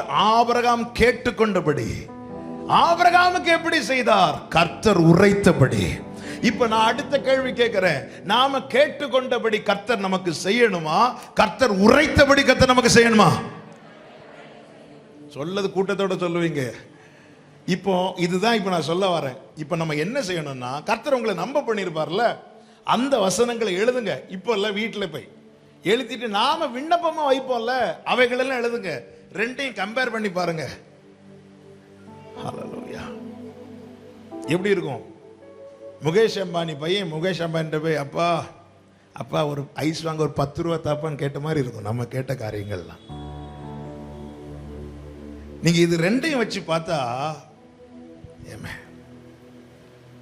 ஹல்லேலூயா, நாம கேட்ட காரியங்கள் இருக்கு, கர்த்தர் உரைத்த காரியங்கள். நாம கேட்கிற காரியங்கள்ல நமக்கு ஆசீர்வாதம் கிடையாது. மனிதனுக்கு செவ்வையாய் தோன்றுகிற அநேக காரியங்கள் உண்டு. ஏன் என் வாழ்க்கையில செய்யல? நீ அபிமெலேக்கு அல்லப்பா, நீ ஆபிரகாம். அபிமெலேக்கு மேல வாக்குத்தத்தம் கிடையாது. வந்தான், கேட்டான், கொடுத்தான், அவ்வளவுதான், அதோட முடிஞ்சு. அபிமெலேக்கு ஆபிரகாமுக்கு எந்த சம்பந்தம் கிடையாது. அவர் நல்லோர் மேலும் தீயோர் மேலும் மழையை வர்ஷிக்க பண்ணுகிறார். யோசேப்பு இருந்தனால யோசேப்பும் யோசேப்பின் குடும்பத்தார் யாக்கோபும் சந்ததி ஆசீர்வதிக்கப்பட வேண்டும். நீதிமானுடைய சந்ததி அப்பத்துக்கு இறந்தது கிடையாது. தேசத்தில் பஞ்சம், ஆனா யோசேப்பு இருப்பது எகிப்தானபடினால யோசேப்புக்கு அவன் குடும்பத்துக்கு மட்டும் தானியம் கிடையாது, எகிப்தில் இருக்கிற எல்லாரும் தான் சாப்பிட்டாங்க. இவர்களை கர்த்தர் மனதில் வைத்து அவர் நல்லோர் மேலும் தீயோர் மேலும் மழையை வர்ஷிக்க பண்ணுகிறார். அவங்களுக்கு அவங்க நல்லா இருக்கிறாங்க, இவங்க நல்லா இருக்கிறாங்க, அவங்க வந்து கேட்கறாங்க, கொடுக்குறீங்க, இவங்களுக்கு கொடுக்குறீங்க, என்ன மட்டும் ஏன் ஆண்டவரே? ஏன்னா உன் மேல வாக்குத்தத்தம் இருக்கு, உன் மேல வாக்குத்தத்தம் இருக்கு, உன் மேல எத்தனை பேர் நம்புறீங்க? ஹல்லேலூயா, ஹல்லேலூயா. வாக்குத்தத்தம் இருக்கிறவனுக்கு அவன் கேட்டபடி செய்ய மாட்டார், அவர் உரைத்தபடி தான் செய்வார். ஏன் நான் கேட்டபடி எனக்கு செய்யவில்லை? ஏன்னா என் மேல வாக்குத்தத்தம் இருக்கிறது. வாக்குத்தத்தம் இருக்கிறதுனால ஆமென். ஒரு விஷயத்தை தைரியம், அவர் சிலுவையிலே நமக்காக சாபமாகி ஆபிரகாமுடைய ஆசீர்வாதங்கள் நமக்கு வரும்படி கிருபை செய்திருக்கிறார். அவர் நாமத்தினாலே ஞான ஸ்நானம் பெற்றுக் கொண்டவர்கள் எத்தனை பேர்களோ அத்தனை பேர்களும் அவரை தரித்துக் கொண்டீர்களே என்று கலாத்தியர் 3 சொல்லப்பட்டிருக்கிறது. அதுக்கு கீழே படிக்கிறோம், யூதன் என்றும் கிரேக்கன் என்றும் இல்லை, அடிமை என்றும் சுயாதீனன் என்றும் இல்லை, ஆண் என்றும் பெண் என்றும் இல்லை, எல்லாரும் கிறிஸ்துவுக்குள் ஒன்றா இருக்கிறோம். நாம் அவருடையவர்களானால் ஆபிரகாமின் சந்ததியாயும் வாக்கு தத்தத்தின்படி சுதந்திரராயும் இருக்கிறோம். அபிமெலேக்குக்கும் ஆபிரகாமுக்கும் வித்தியாசம் உண்டு. ஏன் என் வாழ்க்கையில தாமதமாகிறது? வேதம் சொல்லுகிற நீ தாமதித்தாலும் அதற்கு காத்திரு. நான் இப்படி சொல்ல விரும்புகிறேன், அந்த வாக்குத்தத்தம் இருக்கிறதுனாலதான் இன்னும் இந்த திரி மங்கின பிறகும் அணையாமல் இருக்கிறது, இன்னும் நெறிந்த பிறகும் முறியாமல் இருக்கிறது. எத்தனை பேர் நம்புறீங்க? எனவே தான் பவுல் சொல்லுகிறான், தான் கட்டப்பட்ட சூழ்நிலையில் இருந்தாலும் அவனுடைய நம்பிக்கை என்ன தெரியுமா? கர்த்தருடைய வசனம் கட்டப்படவில்லை. ஹல்லேலூயா. எப்படி நம்பணும்? அவர் நிறைவேற்ற வல்லவராயிருக்கிறார். அவர் நிறைவேற்ற வல்லவராயிருக்கிறார். இந்த பகல் வேளையில நான் கேட்கிறேன், எத்தனை பேர் நம்புறீங்க? எனக்கு சொன்னதை அவர் நிறைவேற்ற வல்லவராயிருக்கிறார். கைகளை உயர்த்தி ஆமென் சொல்லுங்க பார்க்கலாம். வாக்குத்தத்தம் பண்ணினதை நிறைவேற்ற வல்லவராயிருக்கிறார். நம்பிக்கையின் அடையாளமாக நாம செய்ய வேண்டிய ஒரு காரியம் இருக்கிறது. நிறைய காரியம் இருந்தாலும் எல்லாம் ஒவ்வொன்றா நான் சொல்றேன். என்ன காரியம் தெரியுமா செய்யணும்? சங்கீதம் 62:8. முதல்ல சொன்ன, யாரை நம்பணும்? தேவனை நம்பணும். எப்படி நம்பணும்? அவர் வாக்குத்தத்தம் பண்ணினதை நிறைவேற்ற வல்லவராக இருக்கிறார் என்று முழு நிச்சயமாய் நம்பணும். அதோடு கூட ஒரு வார்த்தை சொல்லுகிற, முழு நிச்சயமாய் நம்பி தேவனை மகிமைப்படுத்தினார். அப்ப முழு நிச்சயமாய் நான் நம்புகிறதின் அடையாளம் என்ன தெரியுமா? என் வாயில புலம்பல் வராது, மாறாக துதி வந்துட்டே இருக்கும். மகிமை, அவருக்குரிய மகிமை வந்துட்டு இருக்கும். மூன்றாவது, எப்படி நம்பணும்? நம்பிக்கையின் அடையாளம் என்ன? சங்கீதம் 62:8. ஜனங்களே எக்காலத்திலும் அவரை நம்புங்கள், எக்காலத்திலும் அவரை நம்புங்கள். அவர் சமூகத்தில் உங்கள் இருதயத்தை ஊற்றி விடுங்கள், சமூகத்தில் உங்கள் இருதயத்தை ஊற்றி விடுங்கள். நம்பிக்கையின் அடையாளம் என்ன தெரியுமா? இருதயத்தை அவர் சமூகத்தில் ஊற்றி விடுவது. இனி கவனிங்க. பொதுவா ஜெபத்துக்கு நம்ம வர்றதே இப்படி ஊற்றுறதுக்கு தான். அது பாடல் வேளையில சிலர் ஊத்திட்டு இருப்பாங்க, செய்தி வேளையில ஊத்திட்டு இருப்பாங்க. ஜெப வேளையில இருதயத்தை ஊற்று விடுங்க. ஊற்றுனதுக்கு அப்புறம் அதுக்குள்ள என்ன இருக்கும்? இப்போ ஒரு பாட்டில் இருக்குன்னு வைங்களேன், அந்த பாட்டில் ஃபுல்லா தண்ணி இருக்கு. அந்த பாட்டில் தண்ணியை நான் திறந்து இங்க ஊத்திட்டேன். ஊத்தினதுக்கு அப்புறம் என்ன? இதுதான் நம்பிக்கையின் அடையாளம். அண்ணால் தேவசமத்துல வந்தா மனம் கசந்து அழுதா. அவ்வளோ வேதனை இருக்கு, அவ்வளோத்தையும் ஊற்றிட்டா. ஏலி கேட்கிறார், உனக்கு என்ன பிரச்சனைமா அப்படின்னு. ஏலி கிட்ட அவ பிரச்சனைய சொன்னாலா சொல்லலையா? சொல்லல. ஏன் சொல்லல? இருந்த பிரச்சனை எல்லாம் ஆண்டவர் சமூகத்துல ஊற்றி விட்டேன். ஊற்றினதுக்கு அப்புறம் இருந்து கொஞ்சம் முன்னாடி இருந்துச்சு. ஏலி கிட்ட ஒரே ஒரு ஆன்சர் சொல்ற, ஐயா அப்படி நினைக்காதீங்க. ஏலி சொல்ற, என்னம்மா காலையிலே போட்டு வந்துட்டியா அப்படின்னு கேட்டார். நாம இருந்திருந்தா அடுத்த சபைக்கு ஓடிடுவோம். ஆனா அண்ணால் அப்படி கிடையாது. அண்ணால், ஐயா அப்படி சொல்லாதீங்க, என் இருதயத்தை நான் ஊற்றி விட்டேன் அப்படின்னு என்ன அர்த்தம்? இப்ப அவர்கிட்ட தன்னுடைய வேதனைய, தன்னுடைய கஷ்டத்தை, தன்னுடைய நிந்தைய, தன்னுடைய ஒண்ணுமே சொல்றதுக்கு இல்ல. புரியும்படி சொல்றேன். ஒரு பாட்டி தலையில் ஒரு பெரிய மூட்டையை வச்சுட்டு, பெரிய ஒரு சாக்கு மூட்டையை வச்சுட்டு இப்படி நிக்கிறாங்க. அம்மா ஐயோ அப்படி சொல்லிட்டு தாங்க முடியாத பாரத்தை வச்சு நிக்கிறாங்க. அப்ப அந்த வழியா ஒரு தம்பி ஜீப் எடுத்துட்டு வரான். வரும்போது அந்த பாட்டி இப்படி வெயிட்டு தூக்கி வச்சுட்டு இருக்கிறத பார்த்து அவனுக்கு தாங்க முடியல. நேரா அவங்க முன்னாடி நிறுத்திட்டு, பாட்டி உள்ள ஏறுங்க, காருக்குள்ள ஏறுங்க அப்படி சொன்னோன்னு, ரொம்ப நன்றிப்பா, ரொம்ப உபகாரம் சொல்லிட்டு பின்னாடி ஏறி உக்காண்டாங்க. வண்டி போயிட்டு இருக்கு. வண்டி போயிட்டு ஒரு 2 மினிட்ஸ் தாண்டல திருப்பியும் சவுண்டு கேட்குது. அம்மா அப்பான்னு சவுண்டு கேட்குது.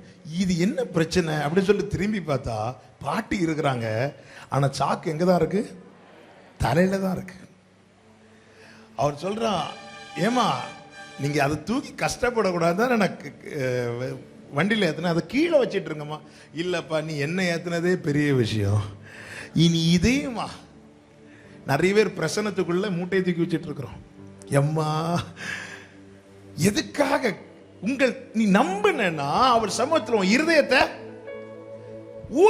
ஊற்றினதுக்கு அப்புறம் அதுக்குள்ள என்ன இருக்காது? ஒண்ணுமே இருக்காது. அந்நாள் அதன் பிறகு துக்கமுகமா இருக்கவில்லை. நான் தேவ சமூகத்தில் வந்து என் காரியத்துக்காக உண்மையிலே நான் அழுது என் இருதயத்தில் உள்ளதை ஊற்றி விடுவேனானால் அதன் பிறகு அந்த துக்கம் எனக்குள்ள என்ன செய்யாது? இருக்காது. நடக்கிறது நடக்காததெல்லாம் அவரை சார்ந்தது, செய்யறது செய்யாததெல்லாம் அவரை சார்ந்தது. நம்ம பல நேரத்தில் அவர்கிட்ட கொஞ்சம் ஊற்றுவோம், இல்லை அவர் பாஸ்டர்கிட்ட கொஞ்சம் ஊற்றுவோம், அப்புறம் பக்கத்தில் இருக்கிற விசுவாசிகிட்ட கொஞ்சம் அப்படி விட்டுருவோம். அடுத்து போகிற வழியில் ஏதாவது ஃப்ரெண்ட்ஸ் யாராவது அப்போ தான் ஃபோன் பண்ணியிருப்பாங்க, அவங்கள்ட்ட கொஞ்சம் அப்படி விட்டுருவோம். இல்லை, திறந்து ஊற்ற பழகாதீங்க. எப்போ வேணாலும் அதை மூடுறதுக்கு வாய்ப்பு இருக்கு. உடைச்சி ஊத்துங்க, பொத்து மொத்தமாக விழுந்துடும். சில சிச்சுவேஷன் ஆண்டவர் அனுமதிக்கிறது உங்களை உடைக்கிறதுக்கு இல்லை, உங்க இருதயத்தை உடைக்கிறதுக்கு. எதுக்கு தெரியுமா? இந்த பாரம் இனி உனக்குள்ள இருக்கக்கூடாது. ராமன் சொல்லுங்க பார்க்கலாம். உடைச்சி ஊட்டுங்க. அதாவது தேவ சமூகத்தில் ஊட்டியாச்சு, அந்நாள் ஊட்டிட்டான். அவ சொல்ற மனம் கசந்து அழுறா. ஏலி வராரு. அதுக்கப்புறம் பார்க்குற என்னம்மா பிரச்சனை? அவர் சொல்ற எனக்கு பிரச்சனை இல்லையே, இல்லை கொஞ்சம் முன்னே அழுதுட்டு இருந்தேன். உண்மைதான், உண்மைதான், நான் இருதயத்தை அவர்கிட்ட ஊற்றி விட்டேன். இப்ப நம்பிக்கையின் அடையாளம் என்ன தெரியுமா?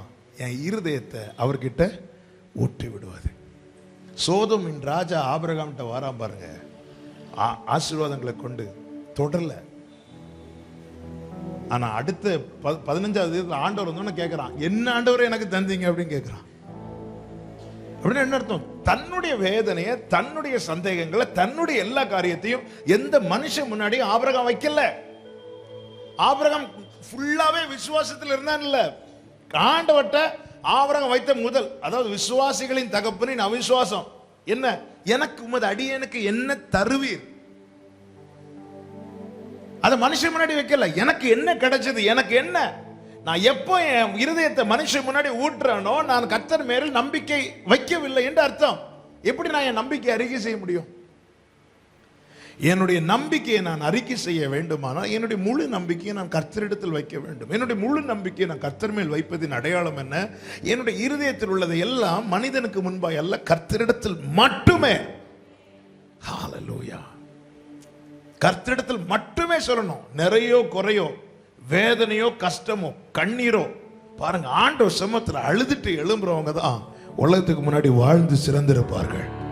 தேவனுக்கு முன்னாடி வடித்த கண்ணீரை நான் மனிதனுக்கு முன்பாக வடிக்க கூடாது. எந்த விஷயத்துக்காக நான் தேவனுக்கு முன்பாக அழுதேனோ அந்த விஷயத்துக்காக அந்நாள் அதன் பிறகு ஏலிக்கு முன்னாடி அழல, அதன் பிறகு எல்கானா முன்னாடியும் அழவில்லை. இதான் இருதயத்தை, அவளே சொல்ற, நான் இருதயத்தை ஊட்டி விட்டேன். ஏலிட்ட சொல்லல, டீட்டெயிலா சொல்லல. இப்படி எங்க வீட்டில் 2 பேர் இருக்கிறோம், எனக்கு பிள்ளை இல்லை, அவளுக்கு பிள்ளைங்க இருக்கிறாங்க சொல்லி புலம்பல்ல. எனக்கு அந்த வேதனையோட தான் வந்தா. பாட்டில் இருதயம் என்கிற பாட்டில் இதால தான் ஃபில் பண்ணிட்டு வந்தா.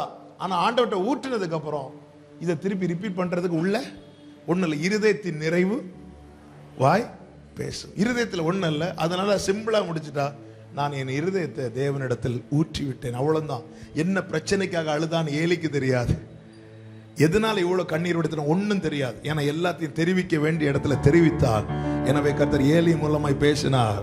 நீ விரும்புகிறபடி உன் விண்ணப்பத்தின்படி கர்த்தர் உனக்கு தந்தருளுவார் என்றார் வேதம் சொல்லுகிறது. அதன் பிறகு அவள் துக்கமுகமா இருக்கவில்லை, திருப்பி வீட்டுக்கு போறா. எல்கானா பாப்பா, என்னடா இப்போ அடுத்து சாப்பிடுற நேரத்துல எல்லாம் அழுறாளே, பார்த்தா இவ அழல. எல்கானாக்கு ஆச்சரியம், இது எப்படி, என்னமா ஆச்சு? நேற்று வரை அழுதுட்டு இருந்த, இன்னைக்கு அழல. உண்மைதான், உண்மைதான். நேற்று உனக்கு பிரச்சனை இல்லையா? இருந்துச்சு, அதை நான் ஊற்றிட்டேன். உடனே மிராக்கிள் நடக்கல. சில காலம் சென்ற பிறகு கர்த்தர் அவளை நினைத்தருளினார். ஆமென் சொல்லுங்க பார்க்கலாம். ஹல்லேலூயா.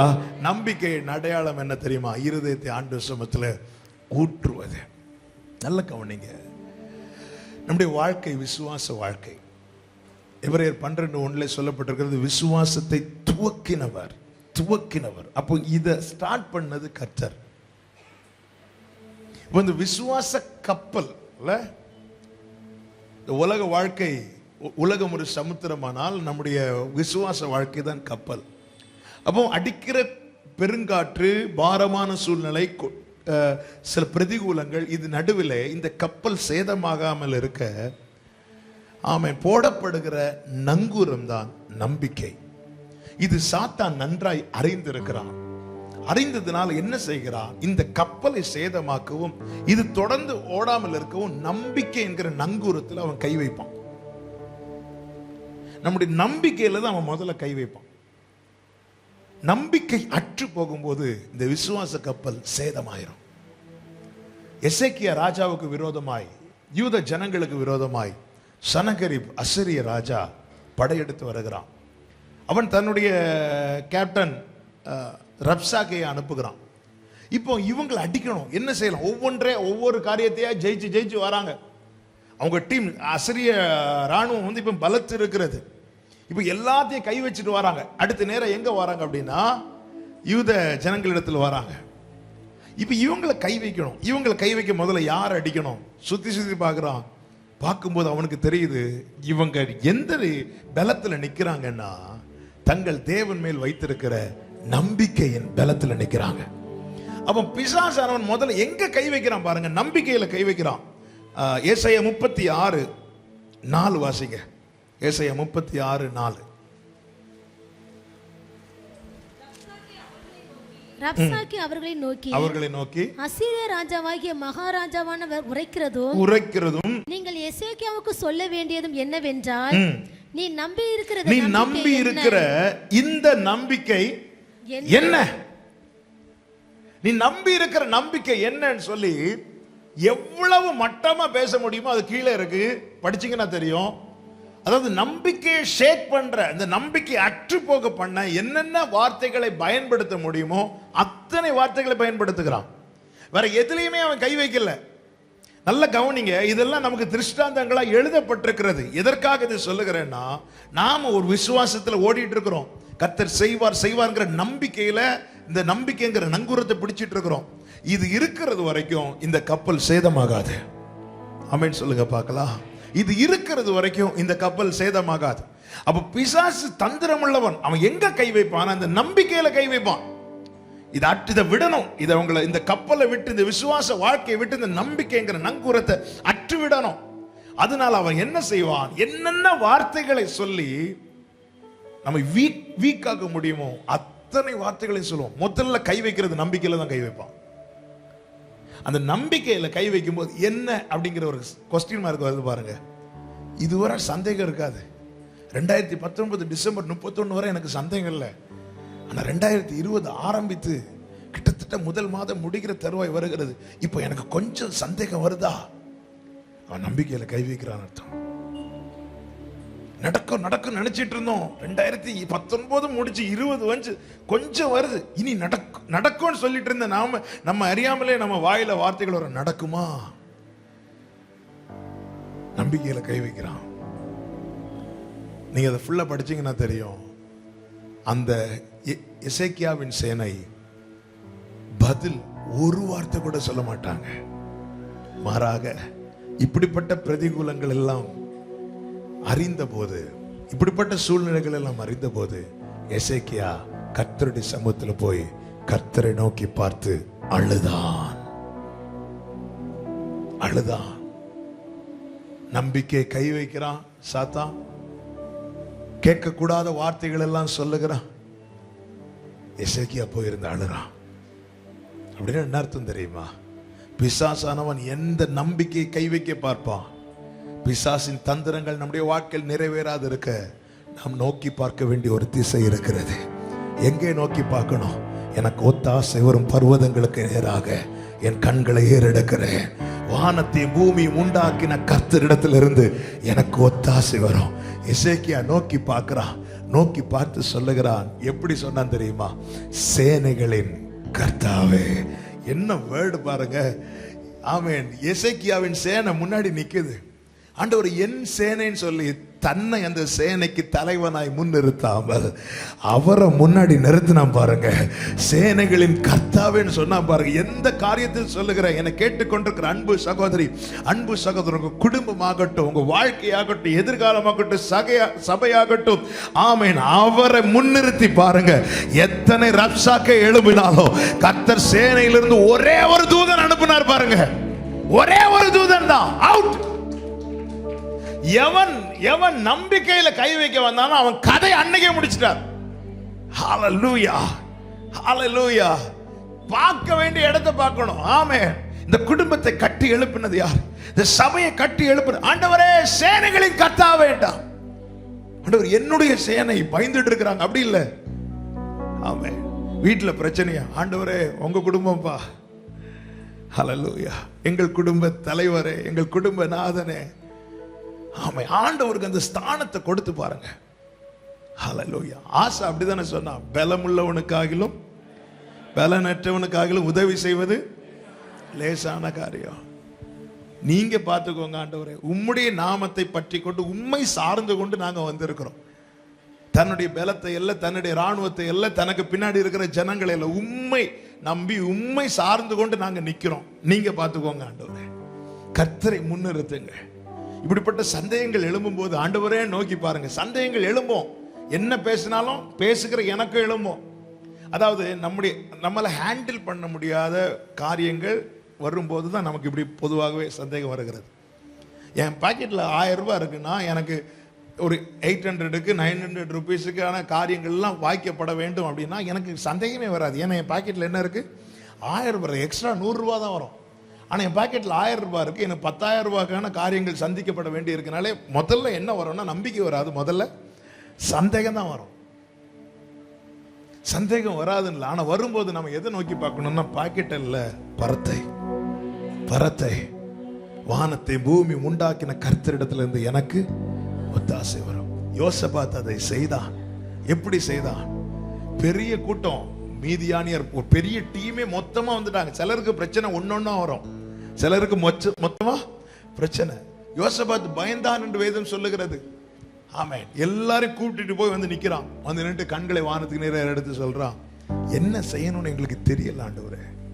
இவ்வளவு பெரிய கூட்டத்துக்கு முன்னாடி நிக்க எங்களுக்கு பலன் இல்ல.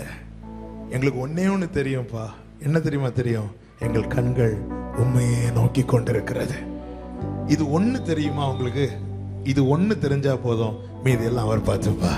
இது ஒண்ணு தெரிய பழகணும். அதுக்காக தான் இப்படிப்பட்ட ஜெபங்கள் எல்லாம் சபையில் ஏற்படுத்தப்பட்டிருக்கிறது. எனக்கு வேற ஒண்ணும் தெரியாது, என்ன செய்யணும்னு தெரியல. ஒரு ராஜா சொல்றான் பாருங்க, என்ன செய்யணும்னு தெரியல. ஒரு குடும்ப தலைவர் என்ன செய்யணும்னு தெரியலன்னு சொன்னா அந்த குடும்பம் ஆடிரும் இல்ல. ஒரு மேய்ப்பன் என்ன செய்யணும்னு தெரியலன்னு சொன்னா அந்த சபை என்ன செய்து விடும்? ஆடிவிடும். நம்மை சில சார்ந்திருப்பாங்க, எனக்கு என்ன ஒரு கம்பெனி ஓனர் சொல், எனக்கு என்ன செய்யணும்னு தெரியலப்பா அப்படி சொன்னாலே அந்த கம்பெனி கீழே இருக்கிறவங்க எல்லாருக்குள்ள அந்த ஆட்டம் வரும். ஒரு ராஜா சொல்றான் என்ன செய்யணும்னு தெரியல, ஆனா அவனுக்கு ஒண்ணு தெரியும். என்ன தெரியுமா? என் கண்கள் உம்மை நோக்கி இருக்கிறது. இது ஒண்ணு செய்ய தெரிஞ்சா போதும், இது ஒண்ணு செய்ய தெரிஞ்சா போதும். அந்த புலம்பல் களிப்பாய் மாறினது. அவன் மகிழ்ந்து களி கூர்ந்தான். எனக்கு இது ஒண்ணு தெரியும் ஆண்டவரே.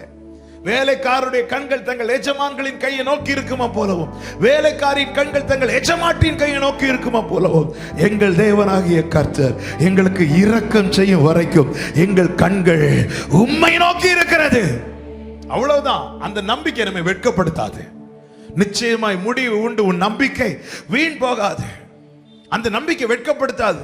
நான் ரிப்பீட் பண்றேன், ஆண்டவரை மட்டும் நீங்க நம்பி நோக்கி பார்த்த எந்த காரியம் தாமதமாகும், அது தாமதம் கிடையாது. நாம் எதிர்பார்த்த பலனை, அதாவது ஒரு விஷயத்தை சொல்றதுனால சொல்றேன், குறித்த காலத்துல தேவன் செய்வார். யார் குறித்த காலத்துல? ஆனா பல நேரத்தில் நாம காலத்தை குறிக்கிறோம்.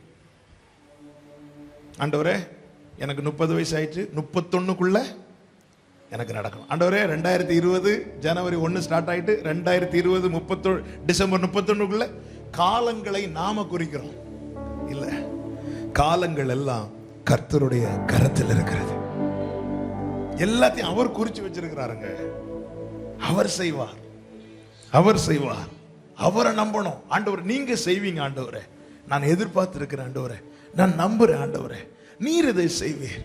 அது செய்யும் வரைக்கும் பல நேரத்தில் பாருங்க, நம்ம அங்கே எங்கேயே பார்க்கும்போது நமக்கு சந்தேகம் வரும்.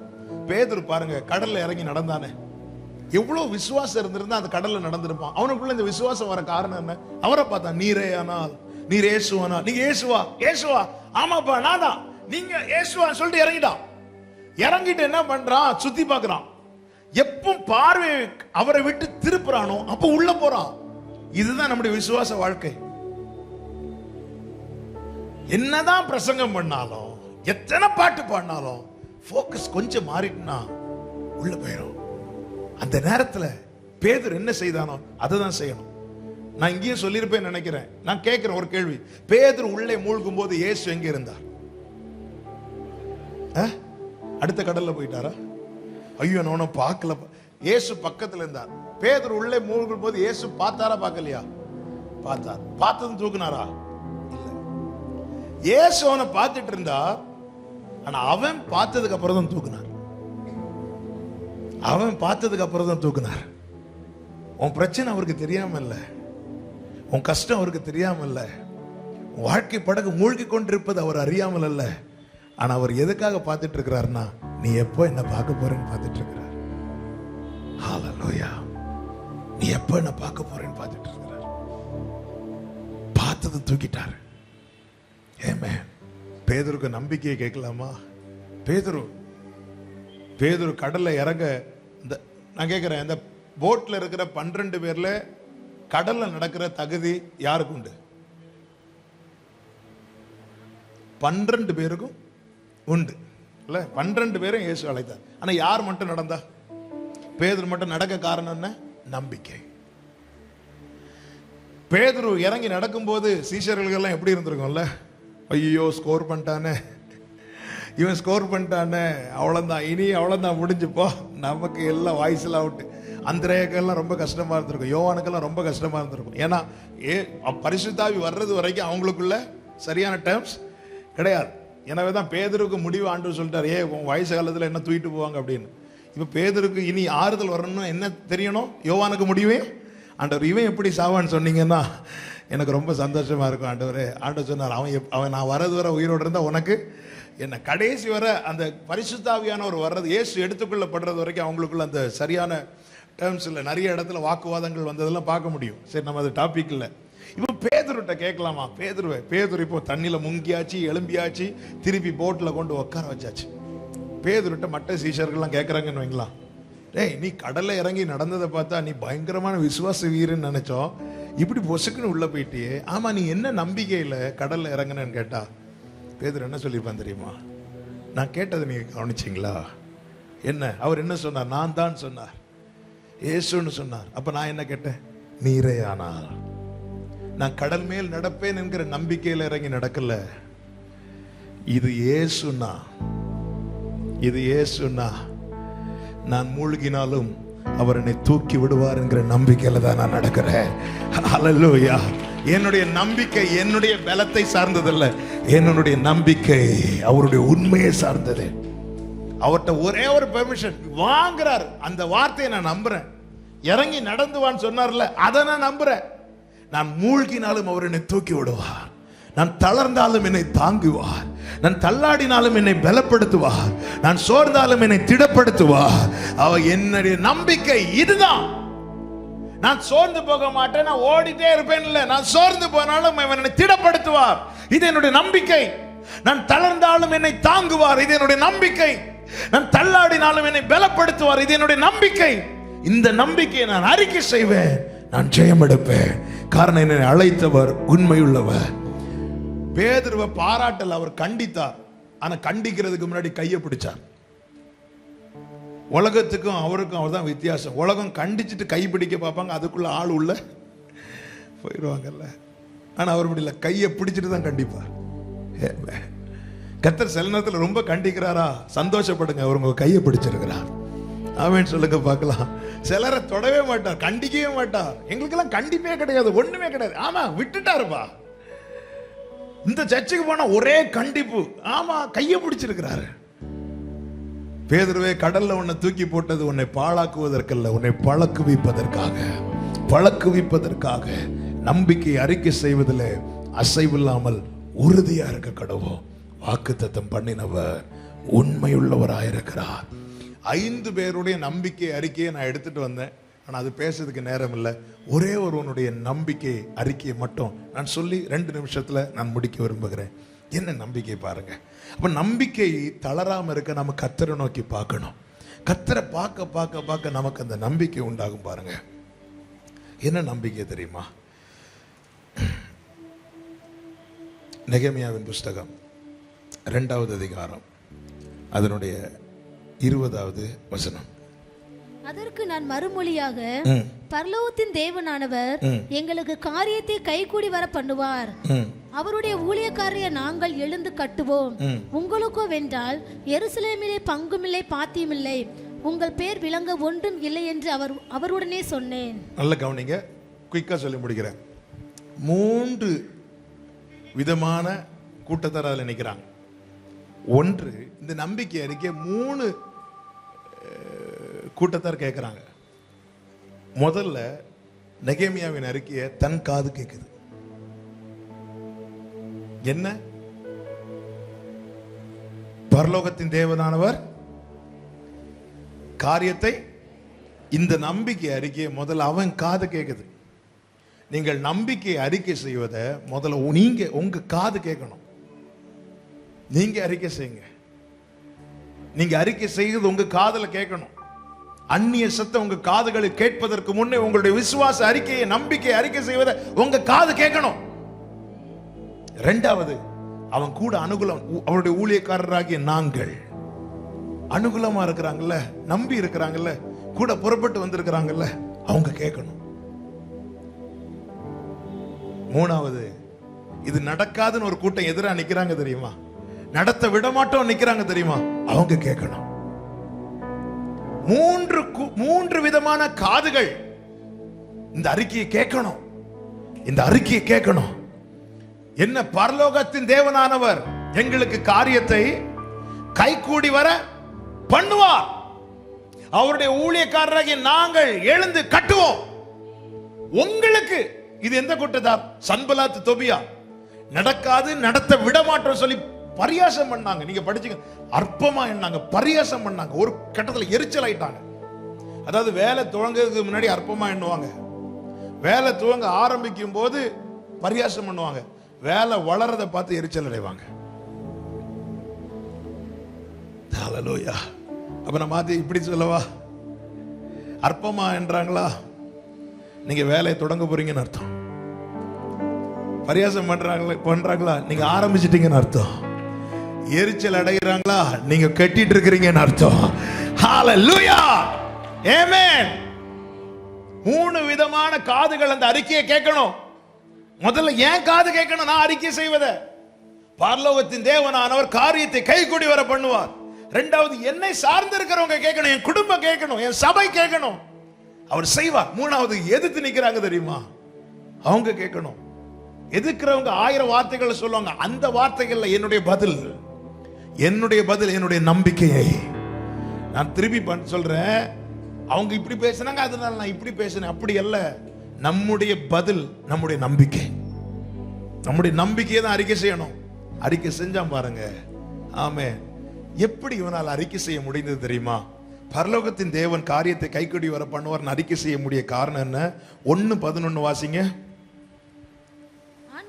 ஆண்டவரே, உமது அடியானின் ஜெபத்தையும் உமது நாமத்துக்கு பயப்பட வேண்டும் என்று விரும்புகிற உமது அடியாரின் ஜெபத்தையும் உமது செவிகள், அடுத்த வார்த்தை, இன்றைக்கு உமது அடியானுக்கு காரியத்தை கைகூடி வர பண்ணி இந்த மனுஷனுக்கு முன்பாக எனக்கு இரக்கம் கிடைக்க பண்ணி. நல்ல கவனிங்க, எனக்கு காரியத்தை கைகூடி வர பண்ணும் என்று அவன் முதலாவது தேவனிடத்தில் ஜெப விண்ணப்பத்தை வைக்கிறான். எந்த காரியத்தை விண்ணப்பமாய் வைக்கிறானோ அந்த காரியத்தை தான் அறிக்கை செய்கிறான்.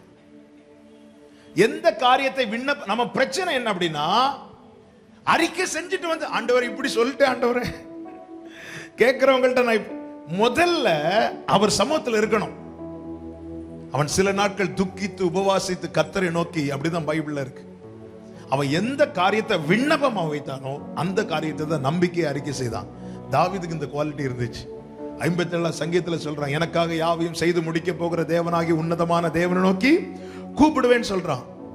எப்படி சொல்றான்? எனக்காக யாவையும் செய்து முடிக்க போகிற உன்னதமான தேவனை நோக்கின்னு சொல்றான். அதை தான் அறிக்கையா செய்யறான். 138:8 கர்த்தர் எனக்காக யாவையும் செய்து முடிப்பார். முதல்ல நோக்கி கூப்பிடுங்க.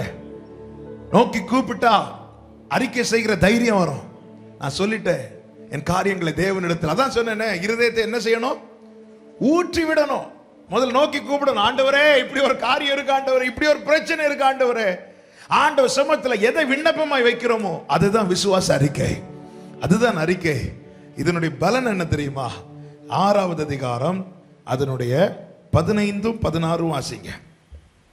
அப்படியே அலங்கமானது 52 நாளைக்குள்ளே 52 நாளைக்குள்ளே கட்டப்பட்டு எலுல் மாதம் 25ஆம் தேதியிலே முடிந்தது. அடுத்த வார்த்தை, எங்கள் பகைஞர் எல்லாரும் அதை கேட்டபோது, எங்கள் சுற்றுப்புறத்தாராகிய புறஜாதியாகிய அனைவரும் கண்டபோது மிகவும் முனையற்று போய். அடுத்த வார்த்தை வாசிக்க, இந்த கிரியை எங்கள் தேவனால் கைகூடி வந்ததென்று வாக்குத்தத்தம் பண்ணினவர் உண்மையுள்ளவராயிருக்கிறார். ஹல்லேலூயா. அப்ப எதை விண்ணப்பமாய் வைத்தானோ அதை விசுவாசமாய் அறிக்கை செய்தான். எதை அறிக்கை செய்தானோ அதை சுதந்தரித்தான். இத்தனை ஆண்டுகள், இத்தனை நாட்கள் நீங்க தேவ சமூகத்தில் விண்ணப்பமாய் வைத்தது கர்த்தர் கேட்டுக்கொண்டிருக்கிறார், கர்த்தர் ஏற்றுக்கொண்டாருங்கிற நம்பிக்கை இருக்கா? இனி இவைகளை மனுஷருக்கு முன்பாக விண்ணப்பமாய் அல்ல, விசுவாச அறிக்கையை சொல்லுங்க. அவர் கைக்கூடி வர பண்ணுவா. ஆமென். எல்லாரும் முனையற்று போய், அப்போ இங்க இந்த சைடு நான் சொல்லிட்டு வந்தேன், அற்பமா எண்ணினார்கள், பரியாசம் பண்ணினார்கள், எரிச்சல் அடைந்தார்கள், முனையற்று போனார்கள்.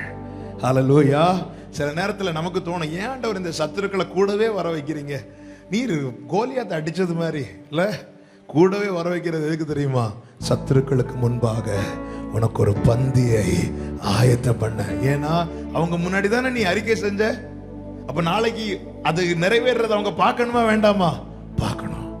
அவங்க முன்னாடி தான் அறிக்கை செஞ்ச, கர்த்தர் செய்வார்னு நாளைக்கு அவங்க பார்க்கணும். ஹல்லேலூயா. இது அடையாளம் என்ன? அந்த சைடு அடையாளம் என்ன? அவங்க என்ன அற்பமா பார்ப்பாங்க, பரியாசம் பண்ணுவாங்க, எரிச்சல் அடைவாங்க. எரிச்சல் அடைஞ்சா என்ன மேக்சிமம் அவங்களுக்கு செய்ய முடியுமா செய்வாங்க. யோசேப்பு மேல எரிச்சல் அடைஞ்சு அவன் தரிசனத்தை அவனை மூடி போட்டு அவன் தரிசனத்தை மூடலாம் நினைச்சாங்க. இல்ல, கடைசியில் 22 வருஷம் கழிச்சு எகிப்துல வந்த போது எல்லாரும் முனையட்டு போயிட்டாங்கல்ல. எஸ், கர்த்தர் செய்வார். இந்த பகல் வேளையில் இந்த சபைக்கு கர்த்தர் தருகிற தீர்க்க தரிசன வார்த்தை என நான் என் ஆவியிலே எடுத்து உங்களுக்கு நான் சொல்லுகிறேன். ஆமென். விண்ணப்பமாய் வைத்ததை அறிக்கை செய்யுங்கள். நீங்கள் அறிக்கை செய்வதை சுதந்தரித்துக் கொள்வீர்கள். கைகளை உயர்த்தி ஆமென் சொல்லுங்க பார்க்கலாம். இப்ப கண்களை மூடி ஜெபிக்கலாமா? முழங்கால் படியிட முடிந்தால் முழங்கால் படியிட்டு ஒரு 5 நிமிடம் நான் ஜெபித்து முடிக்க விரும்புகிறேன். எல் ஷடாய் சர்வ வல்லவரே, க்ளோரி, எல்லாம் செய்பவரே, இல்லாதவைகளை இருக்கின்றதாய், க்ளோரி, வரவழைப்பவரே,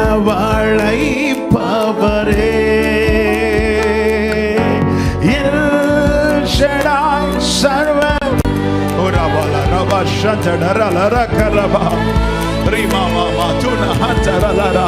நம்புறாண்டவரே, இல்லாதவைகளை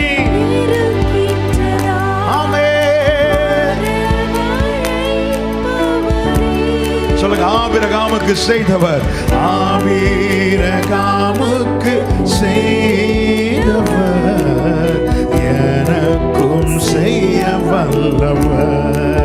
ஹல்லேலூயா. ஆபிரகாமுக்கு ஆமென். அப்படி 2 கைகளை உயர்த்தி சொல்லுங்க. எனக்காக யாவையும் செய்பவரே, எனக்காக யாவையும் செய்து முடிப்பவன். அறிக்கை செய்யுங்க. செய்து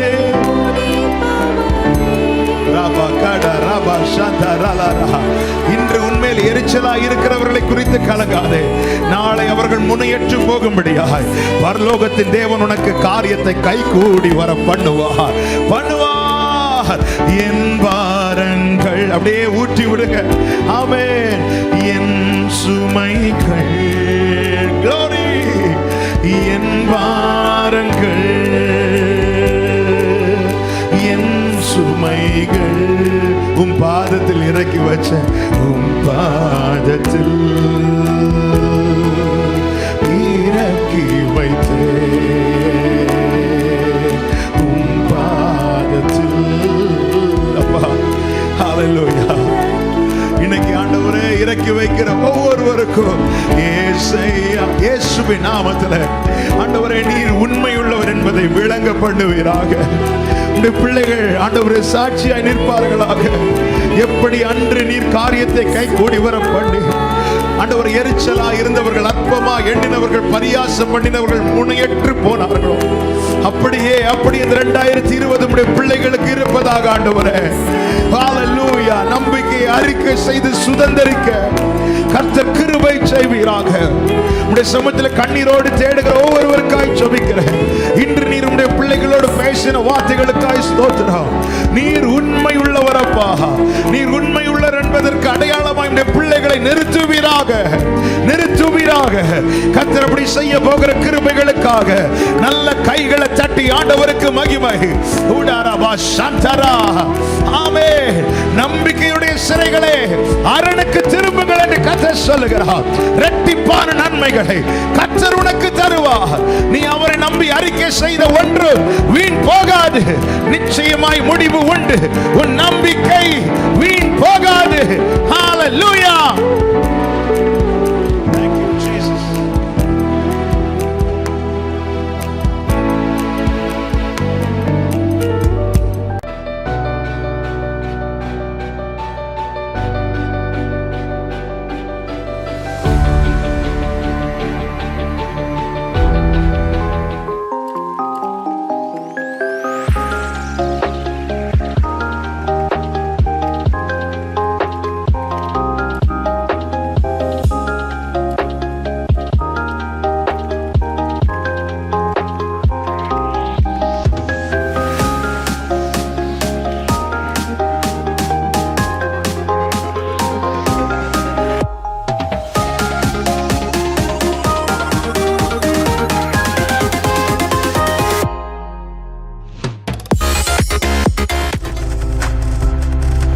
நீங்கள் பார்த்துக் கொண்டிருப்பது உங்கள் ஜாய் டிவி. உங்கள் துக்கம் சந்தோஷமாய் மாறும்.